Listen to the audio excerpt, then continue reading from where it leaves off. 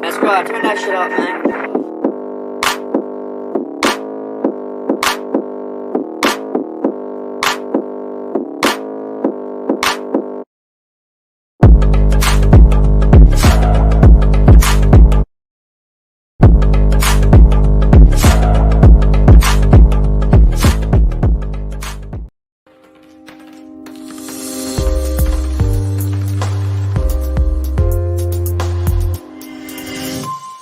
The following show is for mature audiences only. Chi-City Sports.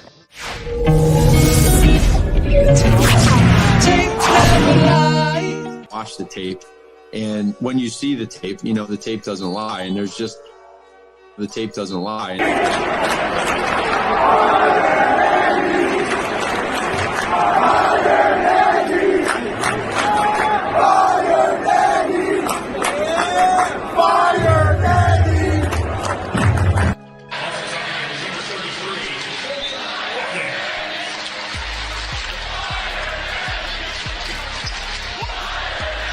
Rob, you want to tell everybody what the chant is? Well, as a Chicago Bears fan, I'm not going to say it, but an ill sentiment against their leader. I'm going to say it. They're chanting "Fire Nagy." Football summed up on Thanksgiving. I mean, all week long for the Etoshan household and TTNL, there's been football at every turn, whether it be Powder Puff alumni, Powder Puff, the Thanksgiving Day game here in the town, my dad in the stadium, and all of that, and the Chicago Bears versus the Detroit Lions.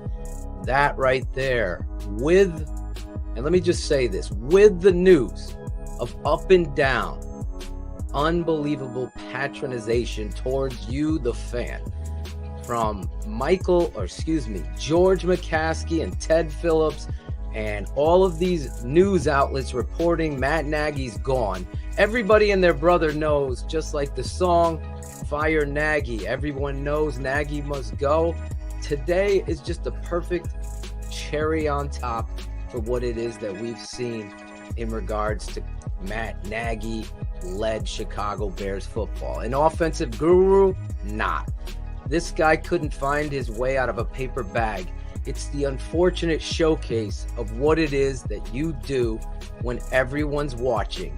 How do you handle yourself? You squeak out a win versus the hapless Lions, who have zero shot of beating anybody in the NFL and have all their laundry list of issues, yet you're in a battle for the final drive, and people out there consider themselves PFF football fanatic, whatever the hell the fuck you think you are defending Matt Nagy as not being a problem. I got a little rational reason for you.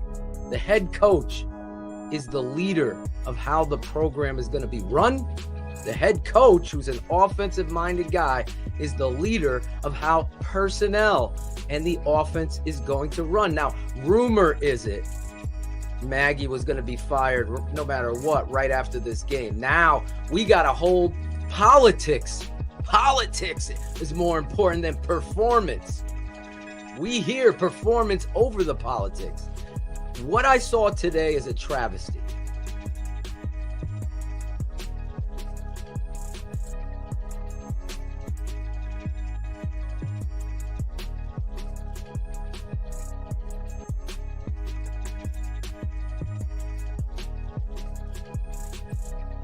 Now, or what does he need to improve on? Well, like you said, though, right? Like his improvement came now.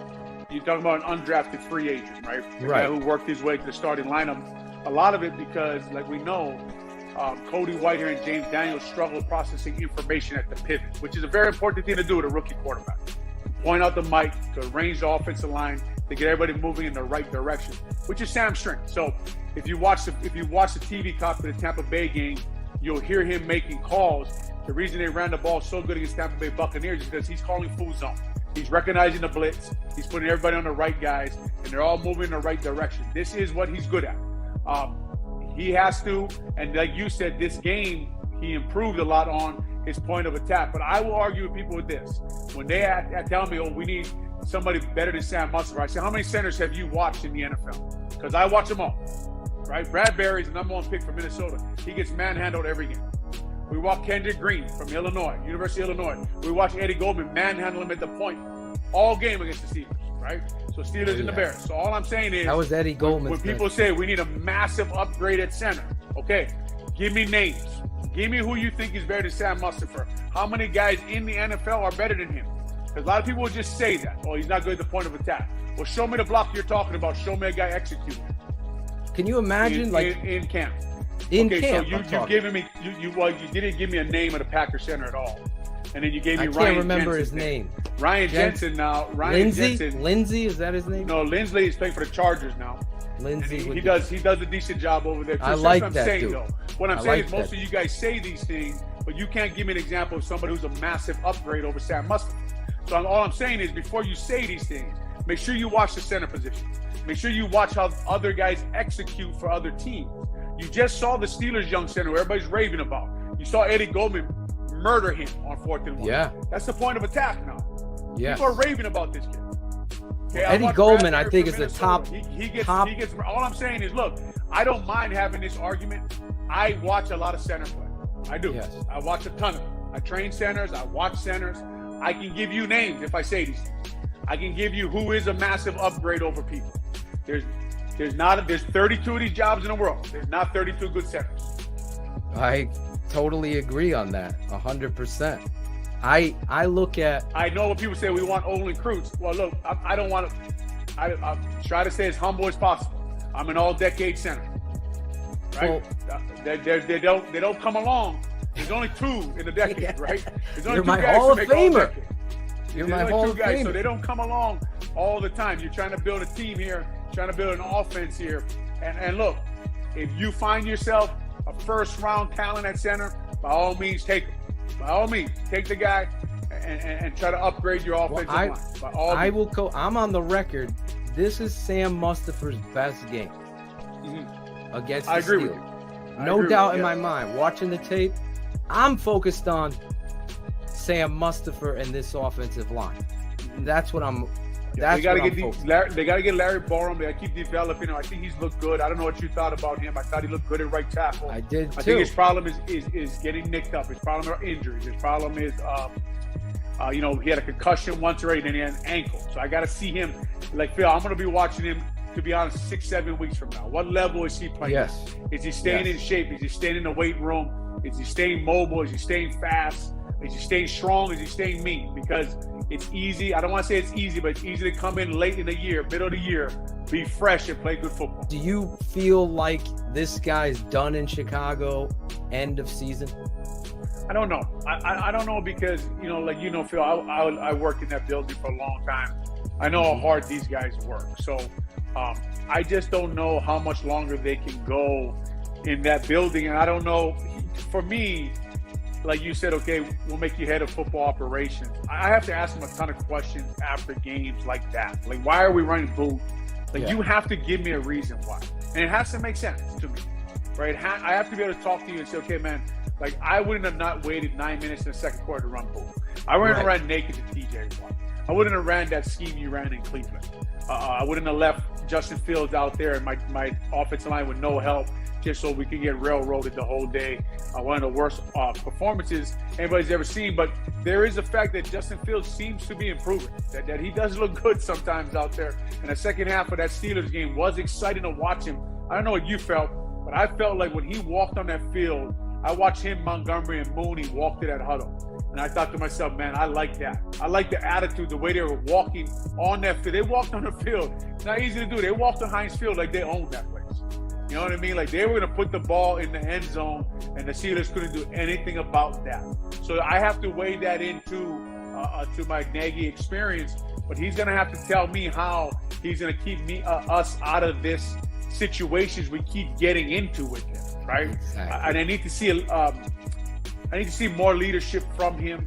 I need to see the defense play better. Sean Desai, I don't know if that was the right hire now when I watched him play. Agree. I don't know, man. And I was worried about that going into the season because, again, he's young, and I don't mind that, but I don't know how big of a voice Pettit has in that building. But also, he's surrounded by a lot of young coaches with a lot of experience in the NFL, which to me is not smart when you have a young DC.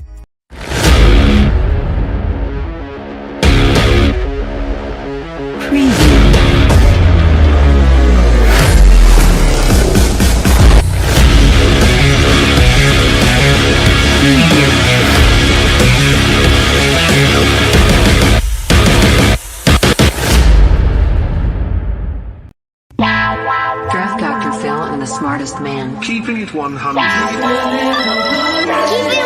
100. Chicago's trading up. 100. Yes! What? Here it is!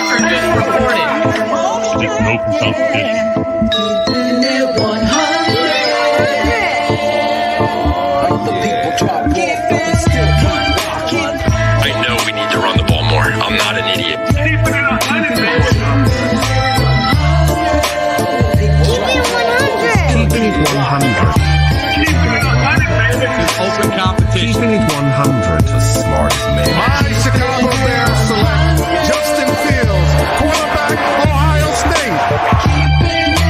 Guess who's back? The two dudes that kept it real. The dynamic duo that you love, the smartest man and Dr. Phil. Breaking down the film, never a problem, kick it straight. Most shows focus on stats, we focus on the tape. We keeping it 100, never running east or west. We coming with that truth, cause that's what our fans expect. Cut off the freaking anchor, moving forward to be free. But don't you worry, Shayne's got the dumbest tweets. It ain't no secret, Phil and Shayne got some haters. But now the mouth stuffed like the true and now and laters. Debaters, frauds get kicked like Coach Tabor. Cuts had to be made, we added a barber moderator. Up and down, boys got you double checking. Sad sacks trolling like a fool drunk texting. Flexing on the truth cause you know they'll never change. Real, recognize real, that's what you get with Phil and Shayne. 100's what we do when we're breaking down the Bears. Fuck a play or a captain, all of the upstairs. The tape never lies, the truth, you see.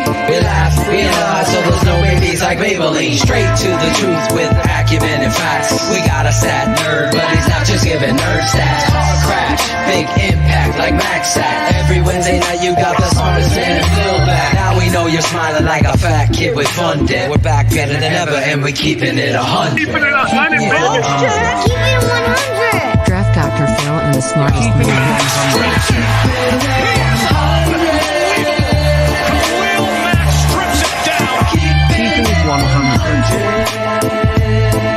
Draft Dr. Phil and the smartest man. Keeping it 100.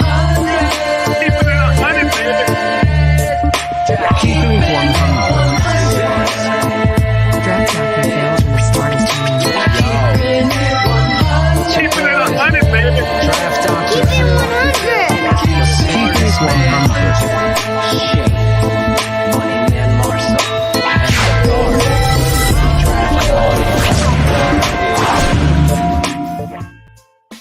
Oh, this is Claudio the Barber, and this is Shy City Sports Keeping It 100. Well, with the win against the Lions, technically we're in the hunt for the playoffs, but we all know here at the Tape Never Lies and the 100 crew know the only thing we're in the hunt for is a new fucking head coach.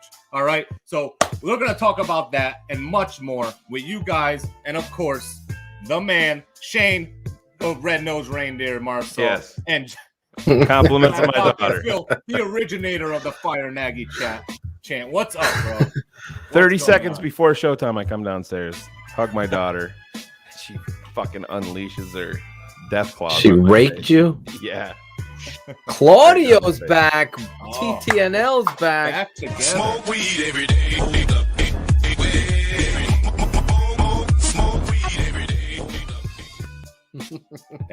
That was a lot that weekend. That weekend was a fun weekend. Yeah, that weekend is definitely one of my favorite weekends. Awesome. It's been a long time. I shouldn't have left you without a dope beat to step to. We're here. We're back. It feels good. I was just laughing at the Olin stuff because it's like it was the center. And, you know, when you're doing analysis and you have a great guest, and I love Olin, he's my guy to be the president, but I'm not focusing in on centers around the league to get into a debate. I'm focusing in on the lack of strength at the point of attack, and the tape tells me that Sam, you know, has his warts, and that's what it is. I mean, we all see it. If we have to rank what we need as a team, you got your quarterback now, and we'll be doing this like we did all last offseason, is getting you set up. I mean, there was no other network, no other analysis out there. No, I don't care. Throw anybody. We got a documentary guy, a librarian, if you will, of TTNL. That's what we got, a guy that wants to do that from South Carolina. I guess he's a college kid, but if you want to do it, sneak peek.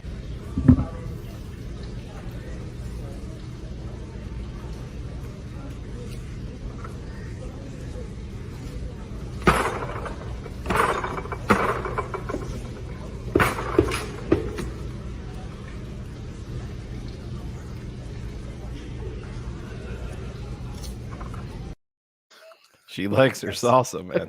Once you see that One bug, thing you can do with those. forget about the boob and the tick smacking it down. The double dip tip. She goes back and still eats. I would be leaving at that point. Anyway, but getting back to my point is she's not the librarian. But if you, I know Sandy Tom had talked about doing this, but there's so many moments as I took a step back from football on Sunday. And I was just looking at TTNL. You have to, like, real recognizes real. This network stands for the truth. We were right about so much. Now here we are. And now everybody's catching up. I don't hear Kyle Brandt talking shit to the fans anymore, right?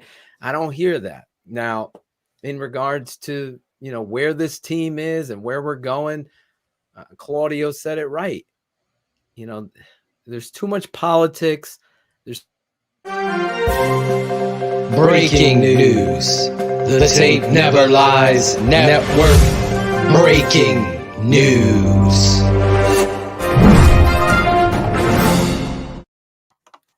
Marcus Freeman, Notre Dame head coach. Nobody cares. Back to our regular scheduled show. Fuck Notre Dame. Has he been named? He's been named. He's being elevated. Yes. Done deal. For now. Yeah, he's being there. He's going to be the guy. Is he? Yeah.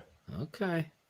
Wow. If you saw TTNL again live with Chris Zorich on the Super 16 poll show with Chris Zorich every Monday night, we talked about it live, that whole scenario of the coach leaving and Shayne doing a hell of a job giving me a lot of the tweets that were going on.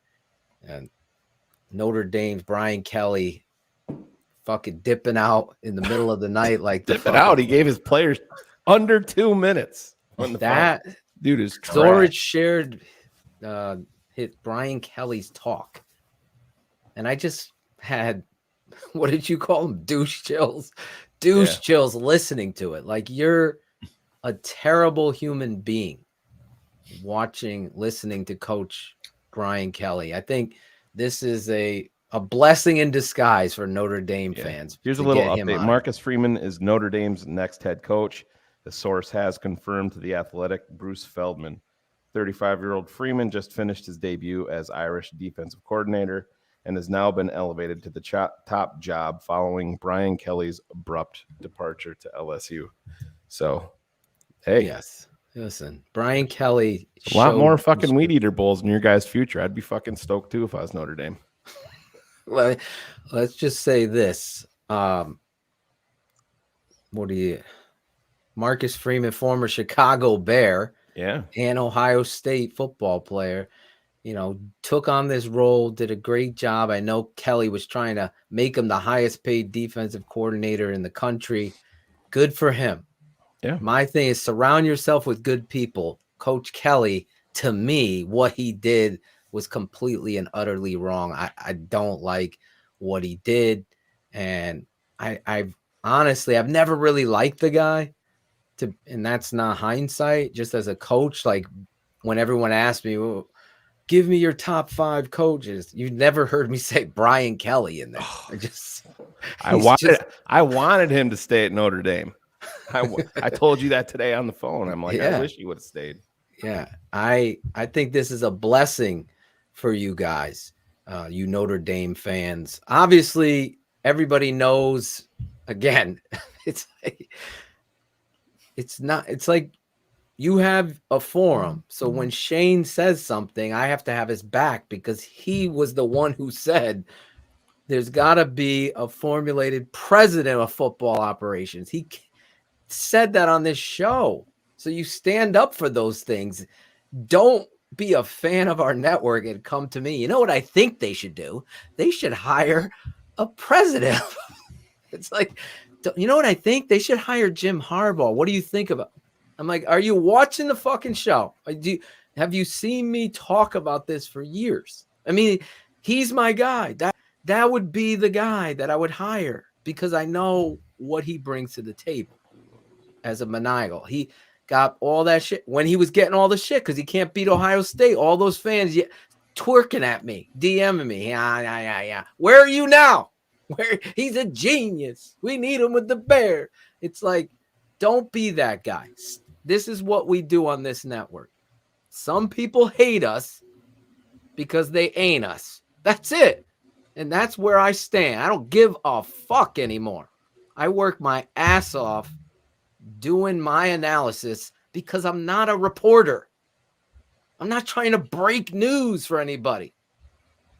I've gotten so many guess that you got to hear that. I don't say it on the show. I joke around with it, but I never give it 100%. Oh, I want to break the news. I want to beat everyone, be first. What we want to be first on is calling out the bullshit coach, calling out the center not playing well, calling out the left tackle that was stealing money for years, showing you it, not talking about it or no, he's PFF B+ grade for Charles Leno. He's the best pass block. They don't even watch tape. It's like, yes. Do I make this shit up? This sounds like a Shayne precursor to dumbest tweet of the week. That comment you just made. Yeah. Well, coming back tonight.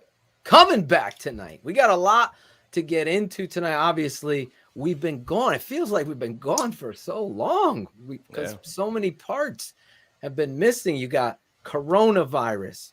We had Shayne's son and Ryan Cox's son, Barlissimo sick, me sick, going on vacation, Claudio disappearing, not doing shit, Jackle disappearing, not doing shit, family drama, this going. Caden Whitlow got laid for the first time. Give it up for him. Caden. Yes, bring him in. Tell us all about it. What was his name? We want details. What was his name? I won't disclose. I got to keep it internal. We're gonna... So we have video of her. A date right there. That was actually Caden filming the day. He's like, Phil, what do you think? Look at this chick. This chick can eat fucking Tostitos and kill cockroaches. What more do you need? We're going to get into the coaching and all of that stuff. Obviously, Caden, great job with the Open tonight. You hear it. I said it on BHL with my father and Chris Zorich and Shayne. You do not let up. Don't be that guy. I feel so sad for. Oh my God! No, don't feel bad for this guy. He's lying out of his fucking zero mouth. fucks about what Matt Nagy feels like. Oh my God! I could care less. I care nothing. Well, did I hear that they were chanting "Fire Nagy" at one of his son's games or something like that? Claudio's late to the show. Yeah, it was the opposing. Breaking news: the Bears traded for Khalil Mack. Also, Claude. No, I'm just saying. What do you guys think of that? I mean, think that's over the line or what? It was the opposing team. It was when we got the perspective. It was like, for you, give you perspective. It's like Sheehan doing it to Lyman Hall. There's a rivalry game. I got you. Okay. So the kids, the seniors over there, like fire. Okay, like, I got you. I get it now. Like the pageantry of rivalry. There is no fucking line, but they still apologize. The Dunkin' Donuts crew over here is fucking chanting it right now. Look at that. The Fire Nagy Even chants. Dunkin' Donuts wants them. They should happen right at opening kick when they line up. I don't give a fuck what the score is because, like I said to Chris Zorich the other day, and I'll say it again here. The Chicago Bears have shown you, the fan, all of us, the collaboration, that all they hear is that money counting machine. They're making money. And they also only hear you, the fan. So you have to send the message. The Fire Nagy chant that we started here continues to roll. And I can't thank you, 100 crew worldwide from a micro podcast. Yeah. Yeah. Where's his podcast now? We've been doing this for a long time. I honestly love you fans with passion and pride that aren't afraid. I got so many DMs. I'm going to this game. We're starting to fucking chant. That's your power. That's your keeping 100. These fucking clowns hate this network because we've been right about everything we fucking said. In fact, show me where we've been wrong. That's not arrogance. That's the truth. So when you're truthful in this, like David Montgomery, he sucks. This network stood against that. We can go. The librarian's going to third-round draft pick. Mac Jones sucks. Third-round pick. Look what Mac Jones is doing. Don't give me this shit that Mac Jones is a product of Bill Belichick. If you're saying that, it's a piece. It's a piece. But you could put a fast kid on a fucking football field, they can't catch shit. You have to perform. Mac Jones was I scouted. You remember John Capel, 7th-round draft pick of the Bears? John Capel, the fastest motherfuckers on earth. Yes. Couldn't catch a fucking cold naked in Lake Michigan, man. Exactly. Yeah. I hate when I see people taking shots at fucking football players that are busting their ass performing. Are you giving credit to the coach for Cam Newton's success with Carol? No, you're giving it to Cam. Are you giving it to Drew? Is Sean Payton getting Drew Brees, Marty Sean? No, don't do that shit to Justin. Don't do it to Mac Jones. Payton update? Sean Payton? Yes. Yeah. Fuck Eddie Jackson too while we're at it. Eddie, sit the fuck down until you tackle somebody. How about that? Come on the show, Eddie. Let's talk truth. You think? Been a lot of talk. I know a lot of people in the chat have already started it up asking about Ryan Day to the Bears. And listen, I get it. The connection to Justin Fields. I don't see a real good reason for Ryan Day to leave Ohio State already when he's going up to like $7.9 million in salary starting this next season. Albert Breer talked about it. Albert Breer's an Ohio State guy. He said he doesn't think that Ryan Day is a college lifer, that he will end up in the NFL. He just doesn't know if it'll be right now, but he thinks that there will be at least some interest from Ryan Day in reconnecting with Justin Fields, and he thinks that the Bears will at least look at it. But then he brought this up, and this was very interesting. Go ahead. So he said the NFL eventually for Day. Yeah, I think so. And again, and I imagine there'd be a lure to coaching Fields again, but I think he'll stay in Columbus a while longer, especially with the business to settle from the way the last 2 seasons ended. As for other candidates for the Bears, I think Josh McDaniels is one worth keeping your eye on. About him tonight. Someone with a high-end resume in quarterback development and a coach who they took a very hard look at Justin Fields this last draft. Maybe the McCaskey's family will go big and take a swing at Sean Payton, who worked with GM Ryan Pace in New Orleans and is from Chicago. Jeff Morris is saying that as you're going. And Chris, keep control of that chat. Keep throwing them up there as we go. I don't know where Claudio left. You're okay to stay. Did you leave? Yeah, I did it by accident. I didn't do it. Okay. I know we're jumping all around, and that's what this night is. We purposely didn't schedule a guest because there's so much to catch up on and talk about. Speak on that, Phil. I mean, Sean Payton. Well, the interesting thing there is he's under contract long term in New Orleans. So you're talking about possible John trade. Gruden, Raiders to Bucks, probably first round pick compensation unless they settle for less. So that's going to be something that's in there. But if you think that he is the ultimate, key to unlock Justin Fields, you can't really worry about the compensation. honestly, if you think that that is the guy. And it is a very interesting name. It's a guy that's got proven success in the NFL. Played with the Bears. Yeah, it's So you Frankie Muniz.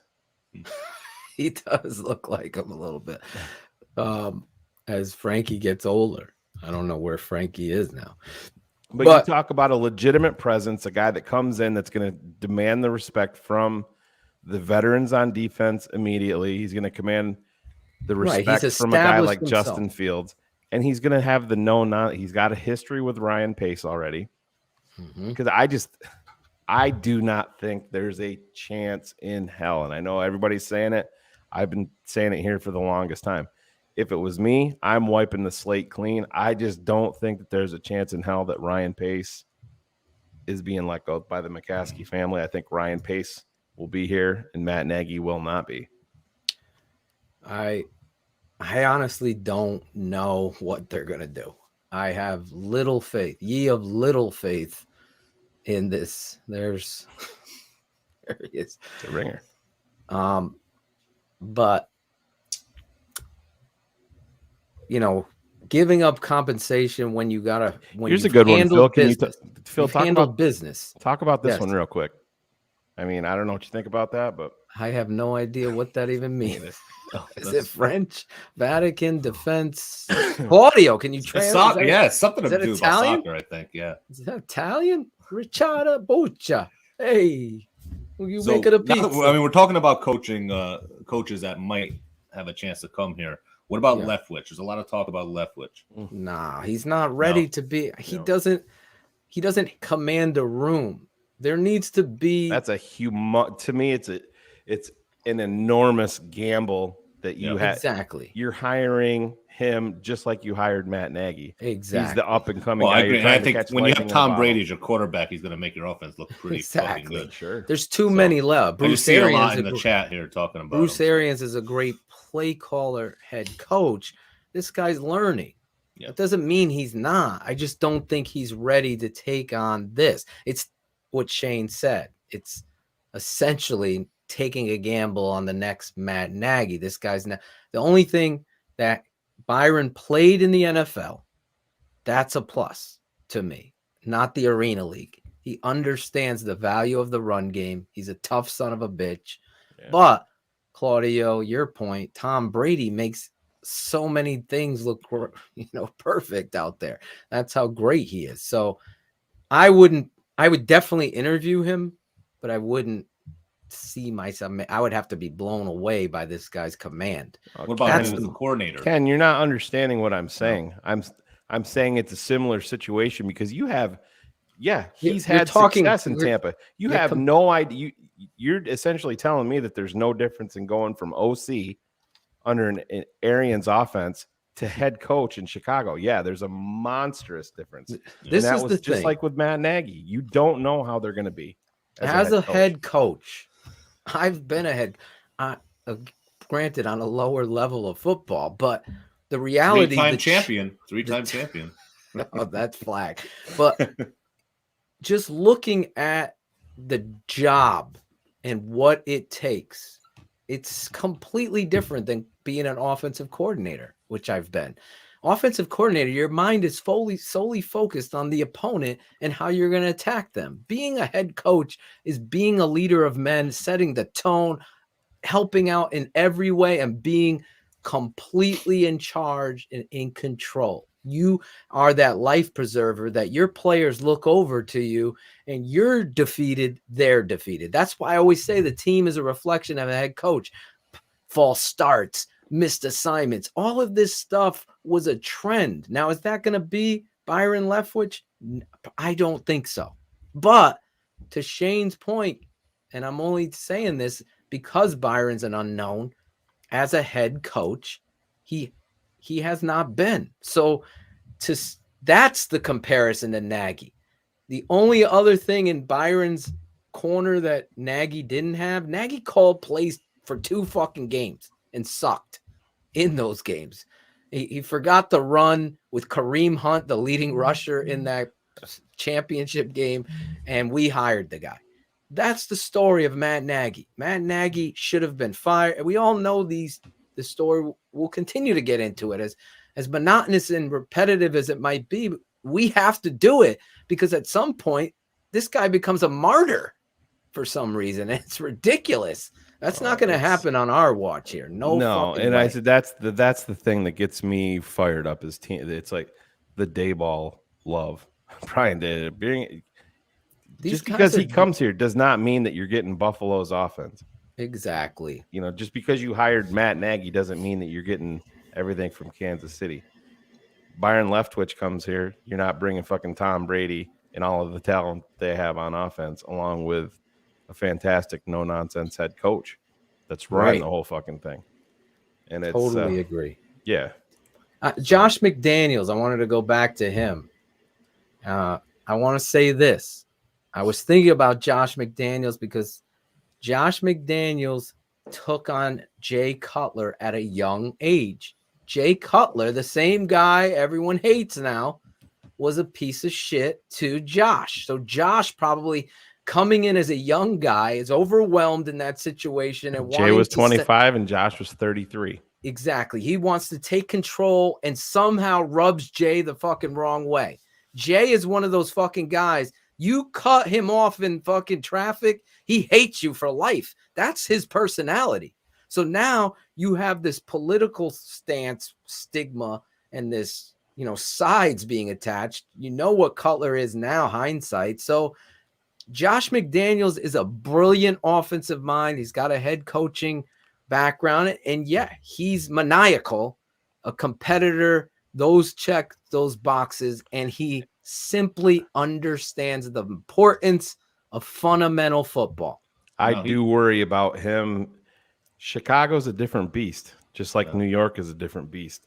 I'm talking about just the bright lights, big city media. It's 24/7, 365. In New England, he's got the fucking shelter, the way that Bill runs everything. Yeah, I know he was in Denver for a little while, but this is what we don't have the benefit of sitting down with a guy like that to see what he's going to be like. And that's critical. I mean, the Bears wasn't that the story, Phil, when Adam Johns and all those guys were on the plane that almost crashed during the coaching search? Weren't they on their way to go interview McDaniels? They were going to interview Josh McDaniels with John. I don't know. Have you ever heard this before? I'd get rid of Big Teddy, put Olin Cruz as president. Breaking news. Yeah. Oh, God. Never heard that before. You want to have your own show? So who did McDaniels have? He had Tebow, right? Who did he have as a quarterback when he was in Denver? They drafted. Yeah, they took Tebow in the first round. Yeah, I think that'd be an upgrade. Yeah, and I mean, I don't think you can tie him into his negatives that happened. I mean, so that's the Bears traded for Cutler. It was April 2nd, 2009.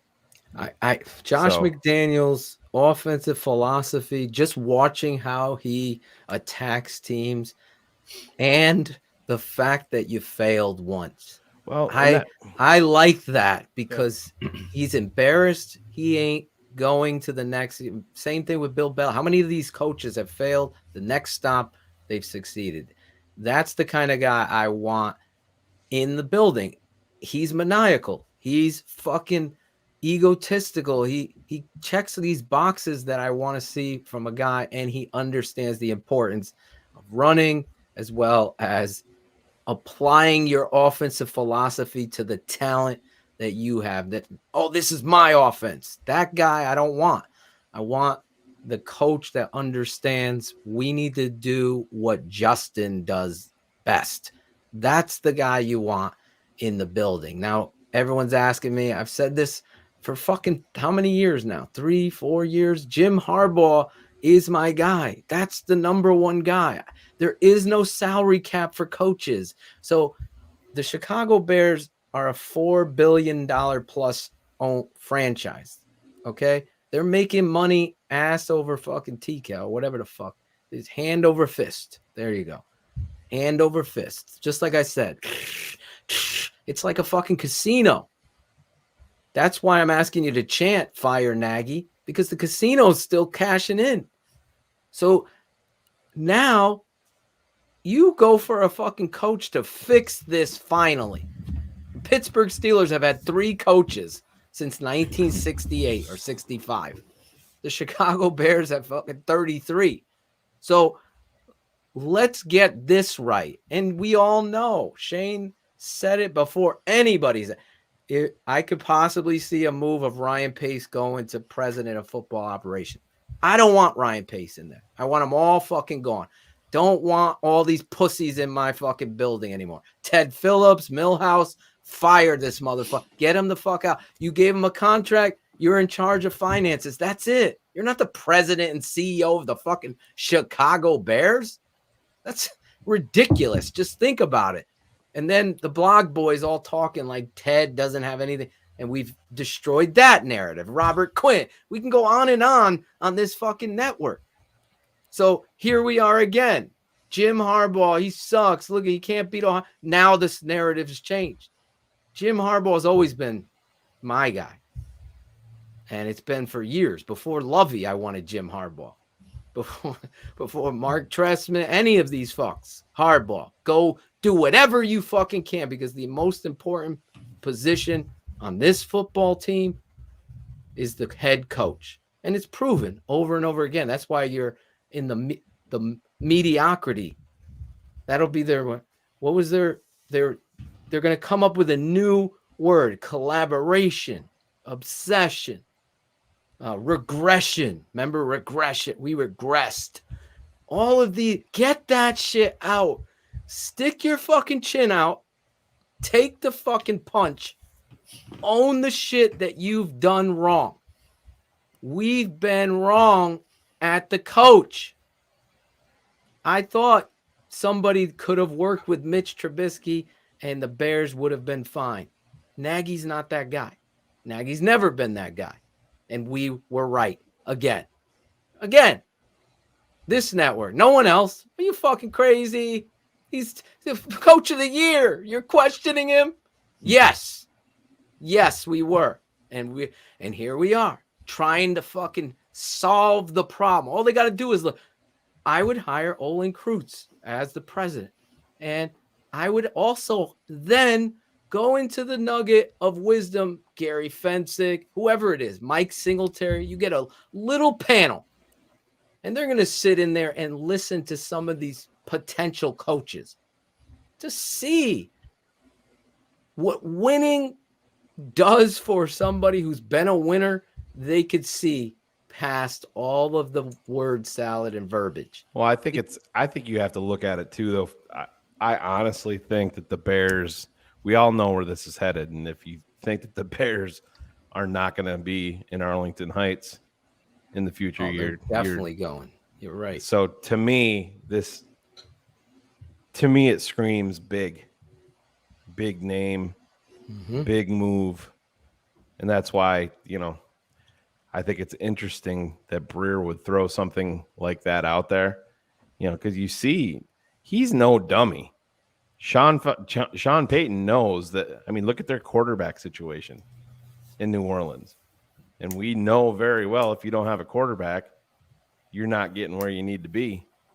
And they're a long way from. I don't get the contract extensions that they're doing with Taysom Hill and doing all of this stuff, this nonsense. It's crazy, but to me, it screams a big. Well, guys, with all the talk about coaching, with the rumor that came out, he doesn't get fired after the Lions game. Do you guys think he does get fired in season, or is it? No, I maintained. I think that he's gone. You still think on so? Black Monday? Okay. I just don't think they're gonna. I think that the Bears are twisted enough to be that team to be like, you know what? And the way that they handle it, and listen, I'm not defending Matt Nagy here at all.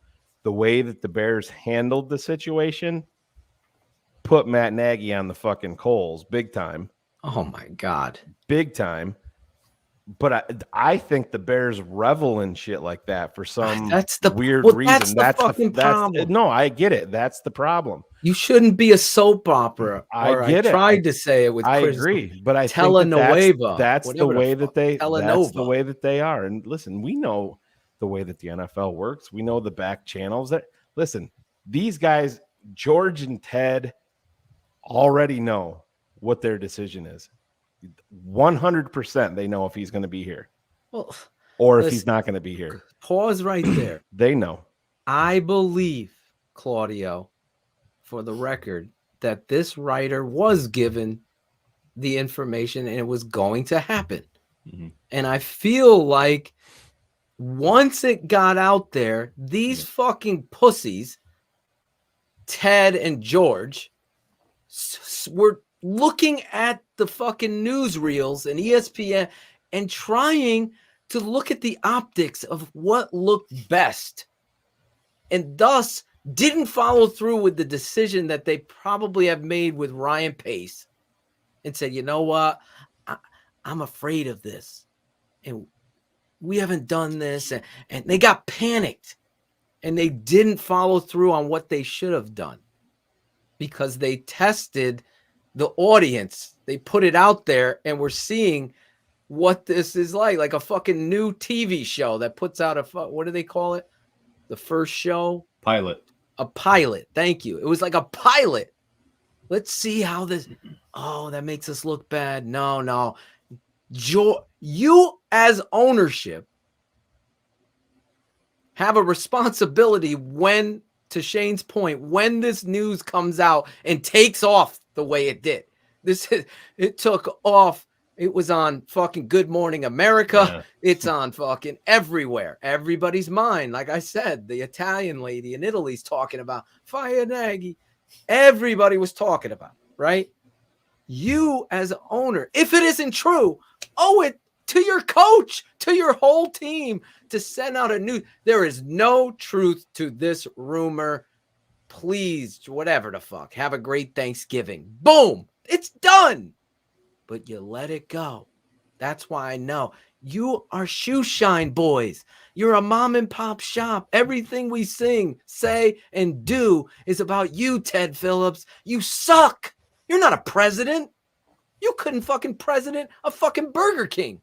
You are the worst thing that's ever happened to the Bears, bar none. You're in the way. You're in the way. And George and Virginia kowtowing a promise to you because you got a fucking stadium built. Do us all a favor. Shit down. Shut the fuck up. Shit down, Claude. Shit down.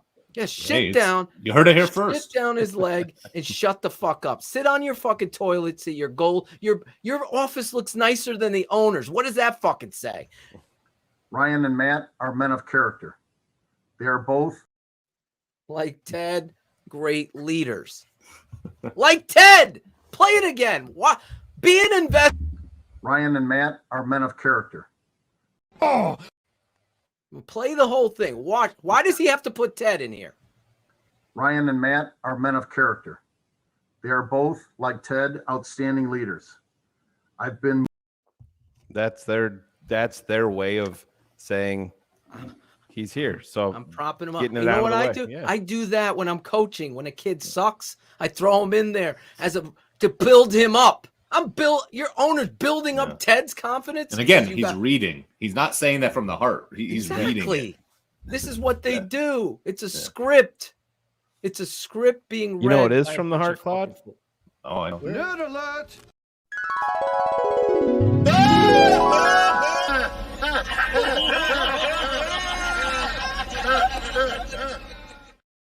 There he is. That's just rude. I'm ready to start the show, so let's kick it off and let's get going and let's get these guys. Let's get this moving. Cars is back. Cars is even back tonight. What up, Cars? Mr. Ticklefinger.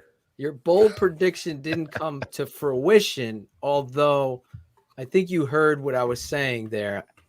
Are you in unison with me? They put the pilot out there to test the water and then backpedaled. Oh, 100%. Yeah, once all the other reports came out of like people booing him at games and other places, I think they started to feel guilty, and so they pulled back on all of it. And I think that's what's made it escalate even more. I mean, again, they used their one wild card on Arlington when they had the big loss. They're like, if I do this, we're good. They've got nothing else to pull. So yeah, they're ridiculous. Cars, what's your take on the Breer think throwing in Sean Payton's name if they go big? So I was listening to you guys. My big problem with Peyton is like when we talk about Taysom Hill and things like that, this is part of Peyton's increased say in personnel that some of these things have started to happen, right? Like we've been hearing for a while that he's had more say and more say. They're in contract hell, and he seems intent on getting Taysom like $150 million before he's retired. Amazing. For no apparent reason.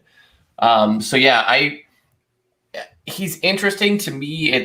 He showed some cracks because, you know, without Drew Brees, he hasn't been the same play caller. But if he's going to have way more say in personnel decisions, I mean, look at their drafts, look at their free agency moves. It's been a lot of bad for a long time that Drew Brees covered up. So I would personally kind of be off that bandwagon because I think he's got to re-examine some things. The draft pick compensation is going to be big too. That's going to be a big part of the equation. Oh, they need so many, because I think Michael Thomas is going to try to force his way out of there, right? Do you feel comfortable giving up draft capital to get a coach? Not the way this team don't is have any. constructed. Sean Payton is, to me, listen, I like Sean Payton. Would I be upset if he was the head coach? No. Is he my? I'm not giving up draft capital for Sean Payton. Who would I give up? I would give up draft capital. Would you send him a second round pick? Would you send him a second round pick? Mike Tomlin, I'd give up draft capital for. Would you send him a second round pick? Tomlin and Belichick would be the only two for me. Those are your two, Shayne. Anybody in the league that you would I would give up picks for? A draft pick for. I like Kyle Shanahan a lot, and I think he would fuck. I'm not giving up draft pick compensation for Shanahan. I mean, you got to give me some. There's got to be some concrete evidence. I mean, you talk about somebody that's underwhelmed in their stay in San Francisco, and everybody treats him like he's royalty in the NFL and can't miss. Well, start winning some fucking games. Yeah, he did win. He beat us. Well, aim high. They win. They won again this weekend. Who did they beat? They upset somebody. San Francisco. But then, I mean, you look at it. You look at this past draft, and man, if they don't hit on their quarterback with what they gave up, and with the way that this draft fell, I know where they were. I know Shanahan wanted Mac Jones. John Lynch wanted Trey Lance, and that's a disconnect there. But there's one reason I disagree with that, and that's because San Francisco chose the coach first, and got the GM second, right? And so that GM was a guy that was pretty much got like handpicked by 7-year deals, right? Or 6 or 7-year deals. Yeah, so I think Shanahan fell into what every draft guy does kind of early on in their first attempt at doing it, Ryan Pace, right? You fall in love with a skill set or a trait that you deem special, and you kind of become oblivious to everything else. Yeah. I for a time I thought that, but then he started to go back. You go, no, Shanahan was there, and then he's kind of like, I want Lynch to be my guy. Well, I was told that somebody in the chat say that Mike Tomlin hasn't done anything. Did I see that? He's won 2 Super Bowls. He's dealt with. Did he win 2? Yes. Yeah. They won 2 Super Bowls under Mike Tomlin. Cardinals and the Seahawks. Yep. Beat the Cardinals and the Seahawks. That's right. Mike Tomlin. If you want to talk about someone who's just listen to Mike Tomlin. Shayne sent me Mike Tomlin's response to the Claypool. That's Mike. That's a coach. I said to Phil, I'm like, can you imagine about going to college? See if I can find that. The response when they asked him about if he's going to go to college. He's only a one-time Super Bowl champ. Yeah, well, that's what I thought one time. Oh, well, he was in 2, but he was in 2. Okay, you're right. Yeah. He had the Cardinals one. Mike Tomlin was asked about Chase Claypool's suggestion that the Steelers' practice could be more fun and feature some music. Tomlin says, Claypool plays wide out, and I'll let him do that. I'll formulate the practice approach, And that division of labor is probably appropriate. That's fucking great. I love this guy. I mean, look what he's dealt with. Le'Veon Big Bell Ben is on his last leg. He's winning. I mean, yeah. I'm sorry. Go ahead, Cars. No, He's you're right. dealt Like with a lot. Le'Veon Bell, he's dealt with poor management. He's dealt with all of Ben's off the field transgressions. Let's just call Antonio Brown when he was way off his rocker. You know, when you look at the Villanueva thing and the kneeling for the flag that he's dealt with. Oh yeah, that's right. He has dealt with a lot of big time tough situations in a really tough football town. So that's why I'm with you, Phil. Like, you got to be in the role to know the role. If you can succeed in Pittsburgh, you can do it here. That's where absolutely. And yeah, I mean, if for some reason they decided to move, I think the McCaskies would get in their fucking Winnebago and drive to Pittsburgh to pick him up. How might he move? Because if he looks at where they're going to fall, they'll probably fall mid to late first. There's not a real lot of quarterback guys. Do you want to be the head coach at Pitt with Mason Rudolph throwing racial slurs at defensive players and getting smacked? I will say this about the quarterbacks in this draft compared to last draft, and I know Phil wasn't here for the show when Mark Schofield was on. I tweeted this out, and there was a bunch of fucking jackasses that came at me on Twitter about it. If Justin Fields is in this draft, right, he is far and away, and it's not even fucking close. Absolutely. The number 1 overall pick by a fucking landslide. The day the draft would have finished, he would have been the number 1 guy mocked, just like Trevor Lawrence was all last year. Absolutely. Yeah, I don't know who's arguing with you, but then I know Twitter, and I'm like, yeah, of course. It's like, come on. I see this shit all the time. But Tomlin, again, you're seeing, I think it's Jackle giving you a bunch of history of coaches being traded for. So would you give up a second rounder if you could get Sean Payton? If that was the compensation that they wanted, you wouldn't flip it too? Because that was interesting. That was interesting when I saw Holmgren. Holmgren was a 2 going from Green Bay to I could flip a 2 or Seattle. A future 3, something like it'd have to be future where we had capital up top. So if I could say, okay, I'll give you so next year we don't have a 1. I don't want to give away that 2. I'll give you a 3 and then 2 next year or something like that. Then I could say, okay, Sean Payton is somebody that I would definitely trade a draft pick for. Not a first pick. Tomlin's a first pick. Bill Belichick's a first pick for me. Trying to think of any other coach. We had Bruce Arians in the fucking building, and it just destroys me. Well, Andy Reid. Fuck no. No. I fucking Pete hate Carroll. him. No, I think Pete Carroll normally, yes, but he's too. Oh, he's so old. The way he's alienated Russ, I would be. It that would be whole a no for me. trade. I mean, we thought he was coming to Chicago, so that whole thing. He's still gone next year. Russ is without gone a next doubt. year, Yeah, he's going to be a playing giant. for the Giants. Poor guy. I saw somebody say that Sean Payton is old. He's 57. It's not. I mean, come on. No, stop. Sean Payton. Sean Payton has the ability to understand scheme and scheming players, using personnel correctly. Situational football is always on point. Every coach is going to make an error. So yeah, I'm sure some fucking blog boy could bring up something that transpired. Yeah, but that's another name. Where did I just? Somebody threw it out there. Roger, Dave Tobe. That's the thing. You know, he has interviewed for so many jobs, and I know guys like Pat Manley are always, throwing their support out there for him. But I don't think he interviewed for any jobs last year. I don't think he got a call for anybody. No, he didn't. He hasn't gotten for 2 years now. There's some sort of a disconnect there that's interesting. We don't know Dave Tobe. So I could say this. My uncle, you could look him up, Larry Pasquale, was a special teams coach for, gosh, like 28 years in the NFL. Worked for the Eagles, Chargers, Jaguars, went to the Super Bowl, blah, blah, blah. That fucking guy knows the game of football and should have been a head coach. Special teams coaches have to deal differently than, and you've heard this before. Mike Ditka was a special teams coach. Bill Cowher was a special teams coach.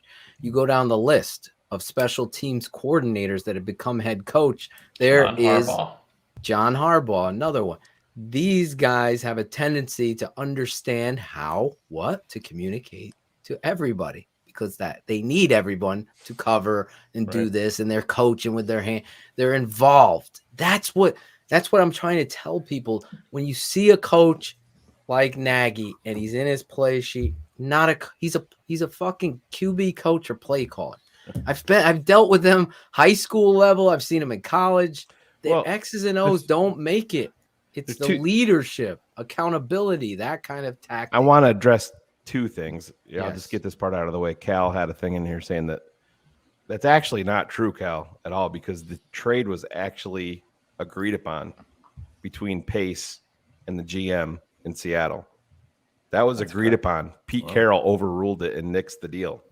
Russell Wilson was 100% going to be a Chicago Bear. There would be Pete no Carroll Justin Fields last minute overruled it because that's the power that he has in the organization. That trade was going to happen. There you go. What were you just talking? I just totally blanked. What were you just talking about? I forgot my other point. I'll fill in real quick, because you're right, because these special teams guys, they don't own a scheme. They're not dedicated to make their scheme work. They're maybe so on like return schemes, absolutely, but they're not sitting there invested in, I've got to go have my quarterback throw for 450 yards every week to prove I'm a genius.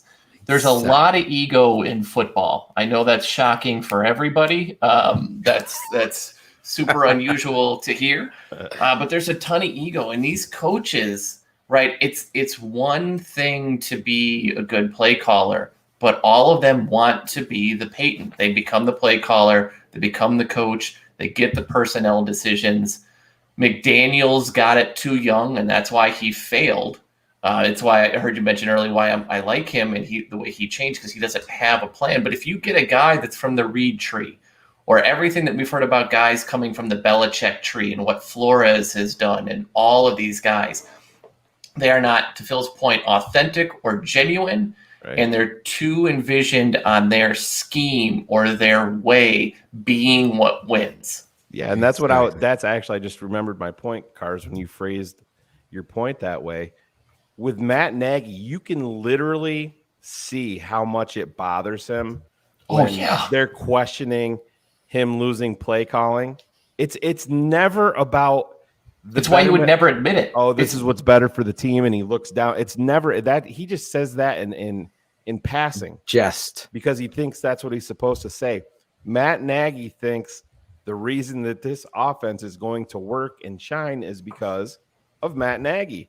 Doesn't have anything to do with Justin Fields, Nick Foles, Mitch Trubisky, any of these guys. Andy definitely Dalton. Doesn't have anything to do with any of the running backs. That's for sure. Well, that's another thing. You look throughout. Miles Sanders is a fucking great running back, and I don't give a shit what anybody says. And I hate that Philadelphia drafted him. They are letting that motherfucker rot. Sirianni doesn't even fucking use the kid at all. It's like Nagy with Montgomery. It's unbelievable. It's the same thing. Let me I just don't understand the thinking. I want to make sure I'm answering your question. Yes, any coach coming in here is going to be better than Matt Nagy, in my opinion. Well, how could you say that? Because I feel like maybe it's blind optimism, but I feel like they are going to make Justin Fields a priority.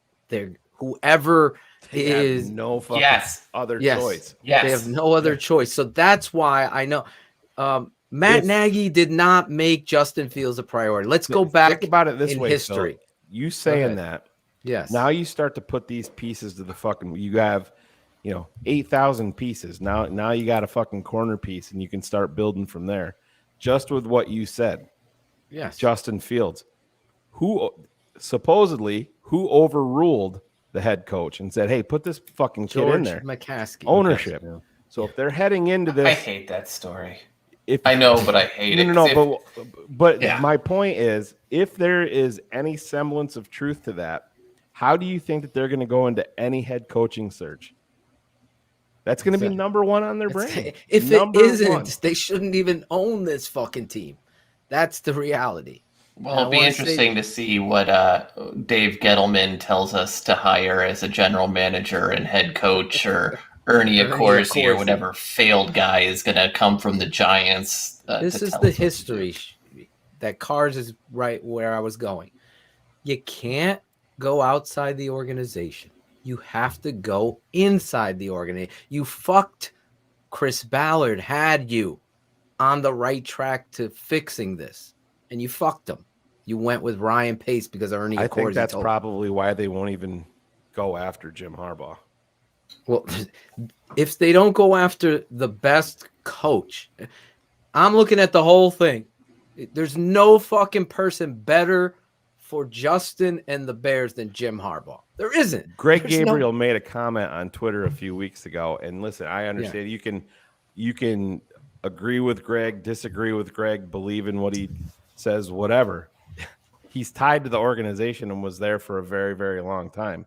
You can't deny that. He said unequivocally, Jim Harbaugh will not be the head coach of the Chicago Bears. It's not happening. And it was almost I don't know why he would leave. And listen, I know he's got a lot of pride and would love to do it. I'm going to tell you why. He's in the best situation for him.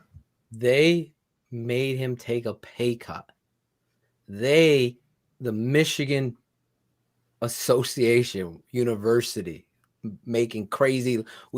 LSU's paying this motherfucker. I said LSU, Louisiana State University, is paying this guy over $95 million. Yeah, he's getting plus Harbaugh's million. Harbaugh makes $4 million. Exact. So let's just look at this. You told me to take a pay cut. I'm looking at you guys. I'm Jim Harbaugh. You guys told me I can't win. I got the fans. I got everybody. Yeah, it's probably 60 or 40% supported Jim. 60% didn't think he could do it. Until you win that game, no, that's not how it fucking. Look at the whole fucking picture of what this guy's doing, where the recruiting is, what was going on. They didn't do that. So Jim, no, they did. They made him take a pay cut, and Jim took it. You know what he did with his bonus? He gave it to the Athletic Association of Michigan. Gave all his money back to other sports within. This guy has been on the record. Me and Shayne can attest. My dream job is to be the head coach of the Chicago Bears. So I don't care what fucking Greg Gabriel, anybody says to me. I know what my dream job would be. And if I was coaching somewhere else and the dream job opportunity came, I'm going there and I'm taking on that challenge. And I'm saying, you know what, Michigan, here's the fucking national championship. We just beat fucking Georgia. And I'm fucking out, and I'm going to do me now because I know what you did to me. To your point, Phil, on Inside Michigan Football Radio show on Monday night, Jim Harbaugh said he plans to donate all bonus pay for this season back to the athletic department employees who took pay cuts amid the COVID-19 pandemic. Harbaugh has already secured a $500,000 bonus Saturday by clinching an outright Big Ten East title. Victory for Michigan against Iowa Saturday will net Harbaugh another $1 million bonus. And if he could win the national title, that would net him another bonus of $3.5 million. So him being on that, say what you want, that's pretty fucking impressive if he's donating. I mean, if they were to win the whole thing. He's just going to keep giving it back because that's the kind he's a man of his word. He's the anti-Nagy. But again, people want to know. Cars, I have to deal with this all the time. People telling me, I think Harbaugh. Like, you know me for a long time. I think you remember me before they hired Lovey. I was like, guys, it's fucking Harbaugh. They got to get him. And he went to Stanford. and the Bears missed an opportunity. Then they had an opportunity again. Fucking Mark Trestman. This is a fucking ownership that sucks. They suck so bad. We laugh. It's a telenova. Thank you, whoever fixed my. It's a soap opera of stupidity. But if you want the honest truth, and I look at the picture and I understand coaching, Jim Harbaugh would fucking destroy this and kill it and get you to the place that you're supposed to be. He's the anti-Nagy, just like he said. And I've had a lot of people hate on me, but I always stood up for it. Just like Robert Quinn, just like Camille Mack, just like David Montgomery. You want to fix it? I know how to fix it. It's do you think Jim Harbaugh? And there's no cap to a coach. Do you think if they hired Jim Harbaugh, and Vic got launched in Denver, do you think that he's on the phone and bringing Vic him comes Vic back here smiling? I swear to God, he would. With Kyle Fuller? Maybe, I hope. And Kyle Fuller plays better here. Listen, that would be my number one. There's other coaches out there like you, Todd Bowles. That's a great name. He's going to be part of it. He will 100% be involved in the search. Yes, he's definitely in my top 5. I like that man. I like the person.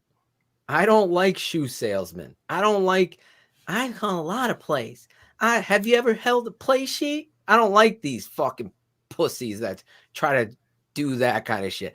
I want to see what you do. I want to see you draw it up. I want to see how you handle. I want to see you hold people accountable. There's a young coach out there that could be great for this team. Let's do this. Us three right here. Novella. Live on air. Yes. Give us your gut. Matt Nagy is launched. Ryan Pace is promoted. He goes up. I don't know if it's exactly a promotion, but he goes to president of football ops. Yeah, technically. Gun to your head, Cars. Who is the next coach of the Chicago Bears for the 2022 season? I really think it's McDaniels. Phil. Wow. Who is it? Gun to my head with Ryan Pace making the call? Well, he'll be part of it, yeah. He'll be part of the conversation, but he doesn't make football decisions. He will just interview, vet, and talk to and make a recommendation on every coach, but he doesn't make any of the decisions, Phil. That's right there. I know I'm going to answer the question. That's a problem right there. All right. So if you're promoting him, he is getting the guy with the GM that he's going to hire. Those two guys make that, not George. Well, George, you sit back. Let's just say this. Yes. Ryan Pace, president of football ops. Yes. Champ Kelly's the new general manager of the Chicago Bears. Yep. Mm-hmm. You still think, does that change your thought at all, Cars? No, because I think you really have to look at, if the Bears look at what McDaniels has done and the way he changes the offense week in, week out, season in, season out, and the way he was able to try to make it work with Cam last year, who Cam couldn't throw the football over 15 yards. Mm-hmm. And now he's what he's doing with Mac Jones. You have to look at that pedigree and what he's done. And I think his age, his relatability, and his track record of success, I think definitely is the way that they would go. So Phil, don't give a name with your heart. I can't leave my heart out of this. Well, you have to, because I'm trying. You have to think about it from the perspective of the that's these two guys. George hiring. McCaskey, Ryan Pace, and Champ Kelly are the leaders. Then I think they're going to hire Todd Bowles. That would be the crew. That would be my pick too. That's where I would go, because I listen. Without Ernie Accorsi and that whole thing, Todd Bowles would have been the Chicago Bears head coach in 2015. He's not my pick, Jackle. No. This is through the perspective of for the eyes of Ryan. This setup, if they've changed the organizational setup. So if you're listening on the podcast, version. We didn't do our promo, Shayne. For God's sake, BETUS. Oh, we can do it right now. Well, if you pull that up, if you're listening on the podcast, this is through the eyes of Champ Kelly's the GM. Ryan Pace is the president of football operations. Ted is in the building with these guys as well, and George, correct? Yeah, no, he's Ted's in not my going thing. anywhere. He's not in the fucking room at all. He can. Oh, he's not in the room. Yeah. So yeah, it's gonna be Todd Bowles with. He's paying those $175 for a haircut in Claudio's place. Yeah, that would be Todd Bowles. My guess based on that. Now, with a real setup of football guys, listen, Ryan Pace, the guy, might be a nice guy. I think he's hit on some of these late round picks. I think he's got a good eye for talent. He obviously, they got Justin Fields. Did they luck into Justin Fields? We're going to see. Justin Fields' story's just starting. All right. You all know where this network stood on the rankings. We had Mac Jones as number 1B for me. I think that's the first time we've all been in unison on a guy. Exactly. Especially at that position. Never. I can remember we had Paige DeMacos on talking to her about the Bears at 20. She's like, guys, you want to take him at 20? My guys over at Draft Network have him in the 3rd round. And that might even be too early. Based on what? What the fuck was that based on? I have no idea. I don't know where they did they delete that? No, that's on our airwaves. She was on our airwaves. Yeah, pull that. We could go back, Caden and Jackal, and get that clip. All right, let me ask you guys this. Ozzie Newsome, real quick. He's not going to come here to be old. He's not going to come. If Ozzie Newsome comes here, he's going to be the overseer. He's going to be the fucking football czar. And I would have him in Ernie Accorsi's spot helping. That's a real guy. Now, my uncle Sam Ratigliano and Ozzie Newsome are like that. Very close. So I can tell you for sure, Ozzie is at the end of the line when it comes to being a part of football stuff. Oh yeah, I mean it was a slow handoff, and I forget the guy who's kind of bent his back. But everybody it was a very wanted slow, him. He was. Guy? I can't remember now. We wanted him. We tried to hire him before we had Pace, and he told us no because he was going to stay in Baltimore. But yeah, he's. Listen, that guy is so revered. He's had so many good drafts. You don't want to. You don't want to leave that behind and try to do something new and be successful. Thank you. Where really nobody Eric DaCosta there. That's it. Anthony Gordon, you deserve a shout out too. Joe as well. Yeah. And Anthony, good job there helping us out. Let me ask you guys this while we're still talking about coaches and Cars. I don't think you were here yet when I brought this up because I'd like your perspective on it.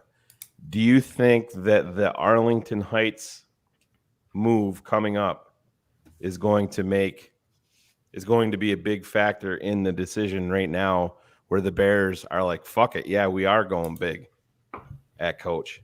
We're going to go get our fucking guy, and giving up a 2nd round draft pick or whatever it's going to take for Sean Payton isn't going to preclude us from doing that. We're going big. We're getting we got our quarterback. We feel like now we're going to go get our head coach.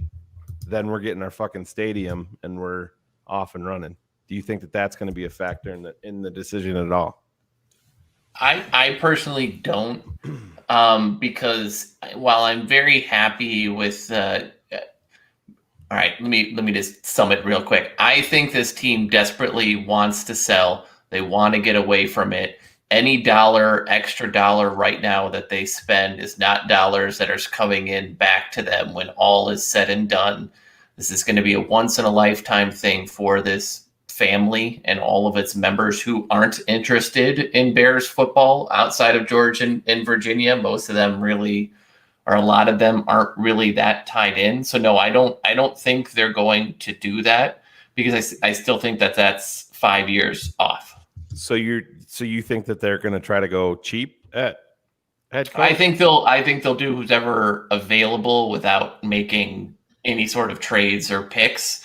I don't necessarily think that they'll go cheap, but like if let's use the Harbaugh example. If Harbaugh is going to get $8 million from Michigan, let's just say, and a renewed deal, they're not going to go, we'll give you 9 to be here, right? Like they've got a range. They're going to be paying Matt Nagy's salary next year because he's still going to have. They need to stop with that bullshit because they never will. Like the they billion. need to, but they I never think will. they have to now. They're egg on their face. They never will. You don't agree. But after Trestman, I thought they would. After the Dave McGinnis fiasco, I thought that they would. Well, they went big for Dave Wanstead at the time. He was the highest paid coach.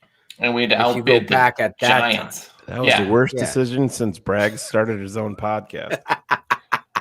But look at every move that they've done since then. It hasn't been the same ever since because that move backfired, right? It's the old Homer Simpson. You failed. Who decided? Was that Michael McCaskey at the? This is the Michael. fucking problem. He's the one that came up. Yeah, I can still remember. I was home at my parents' house that weekend. I'm like, oh shit.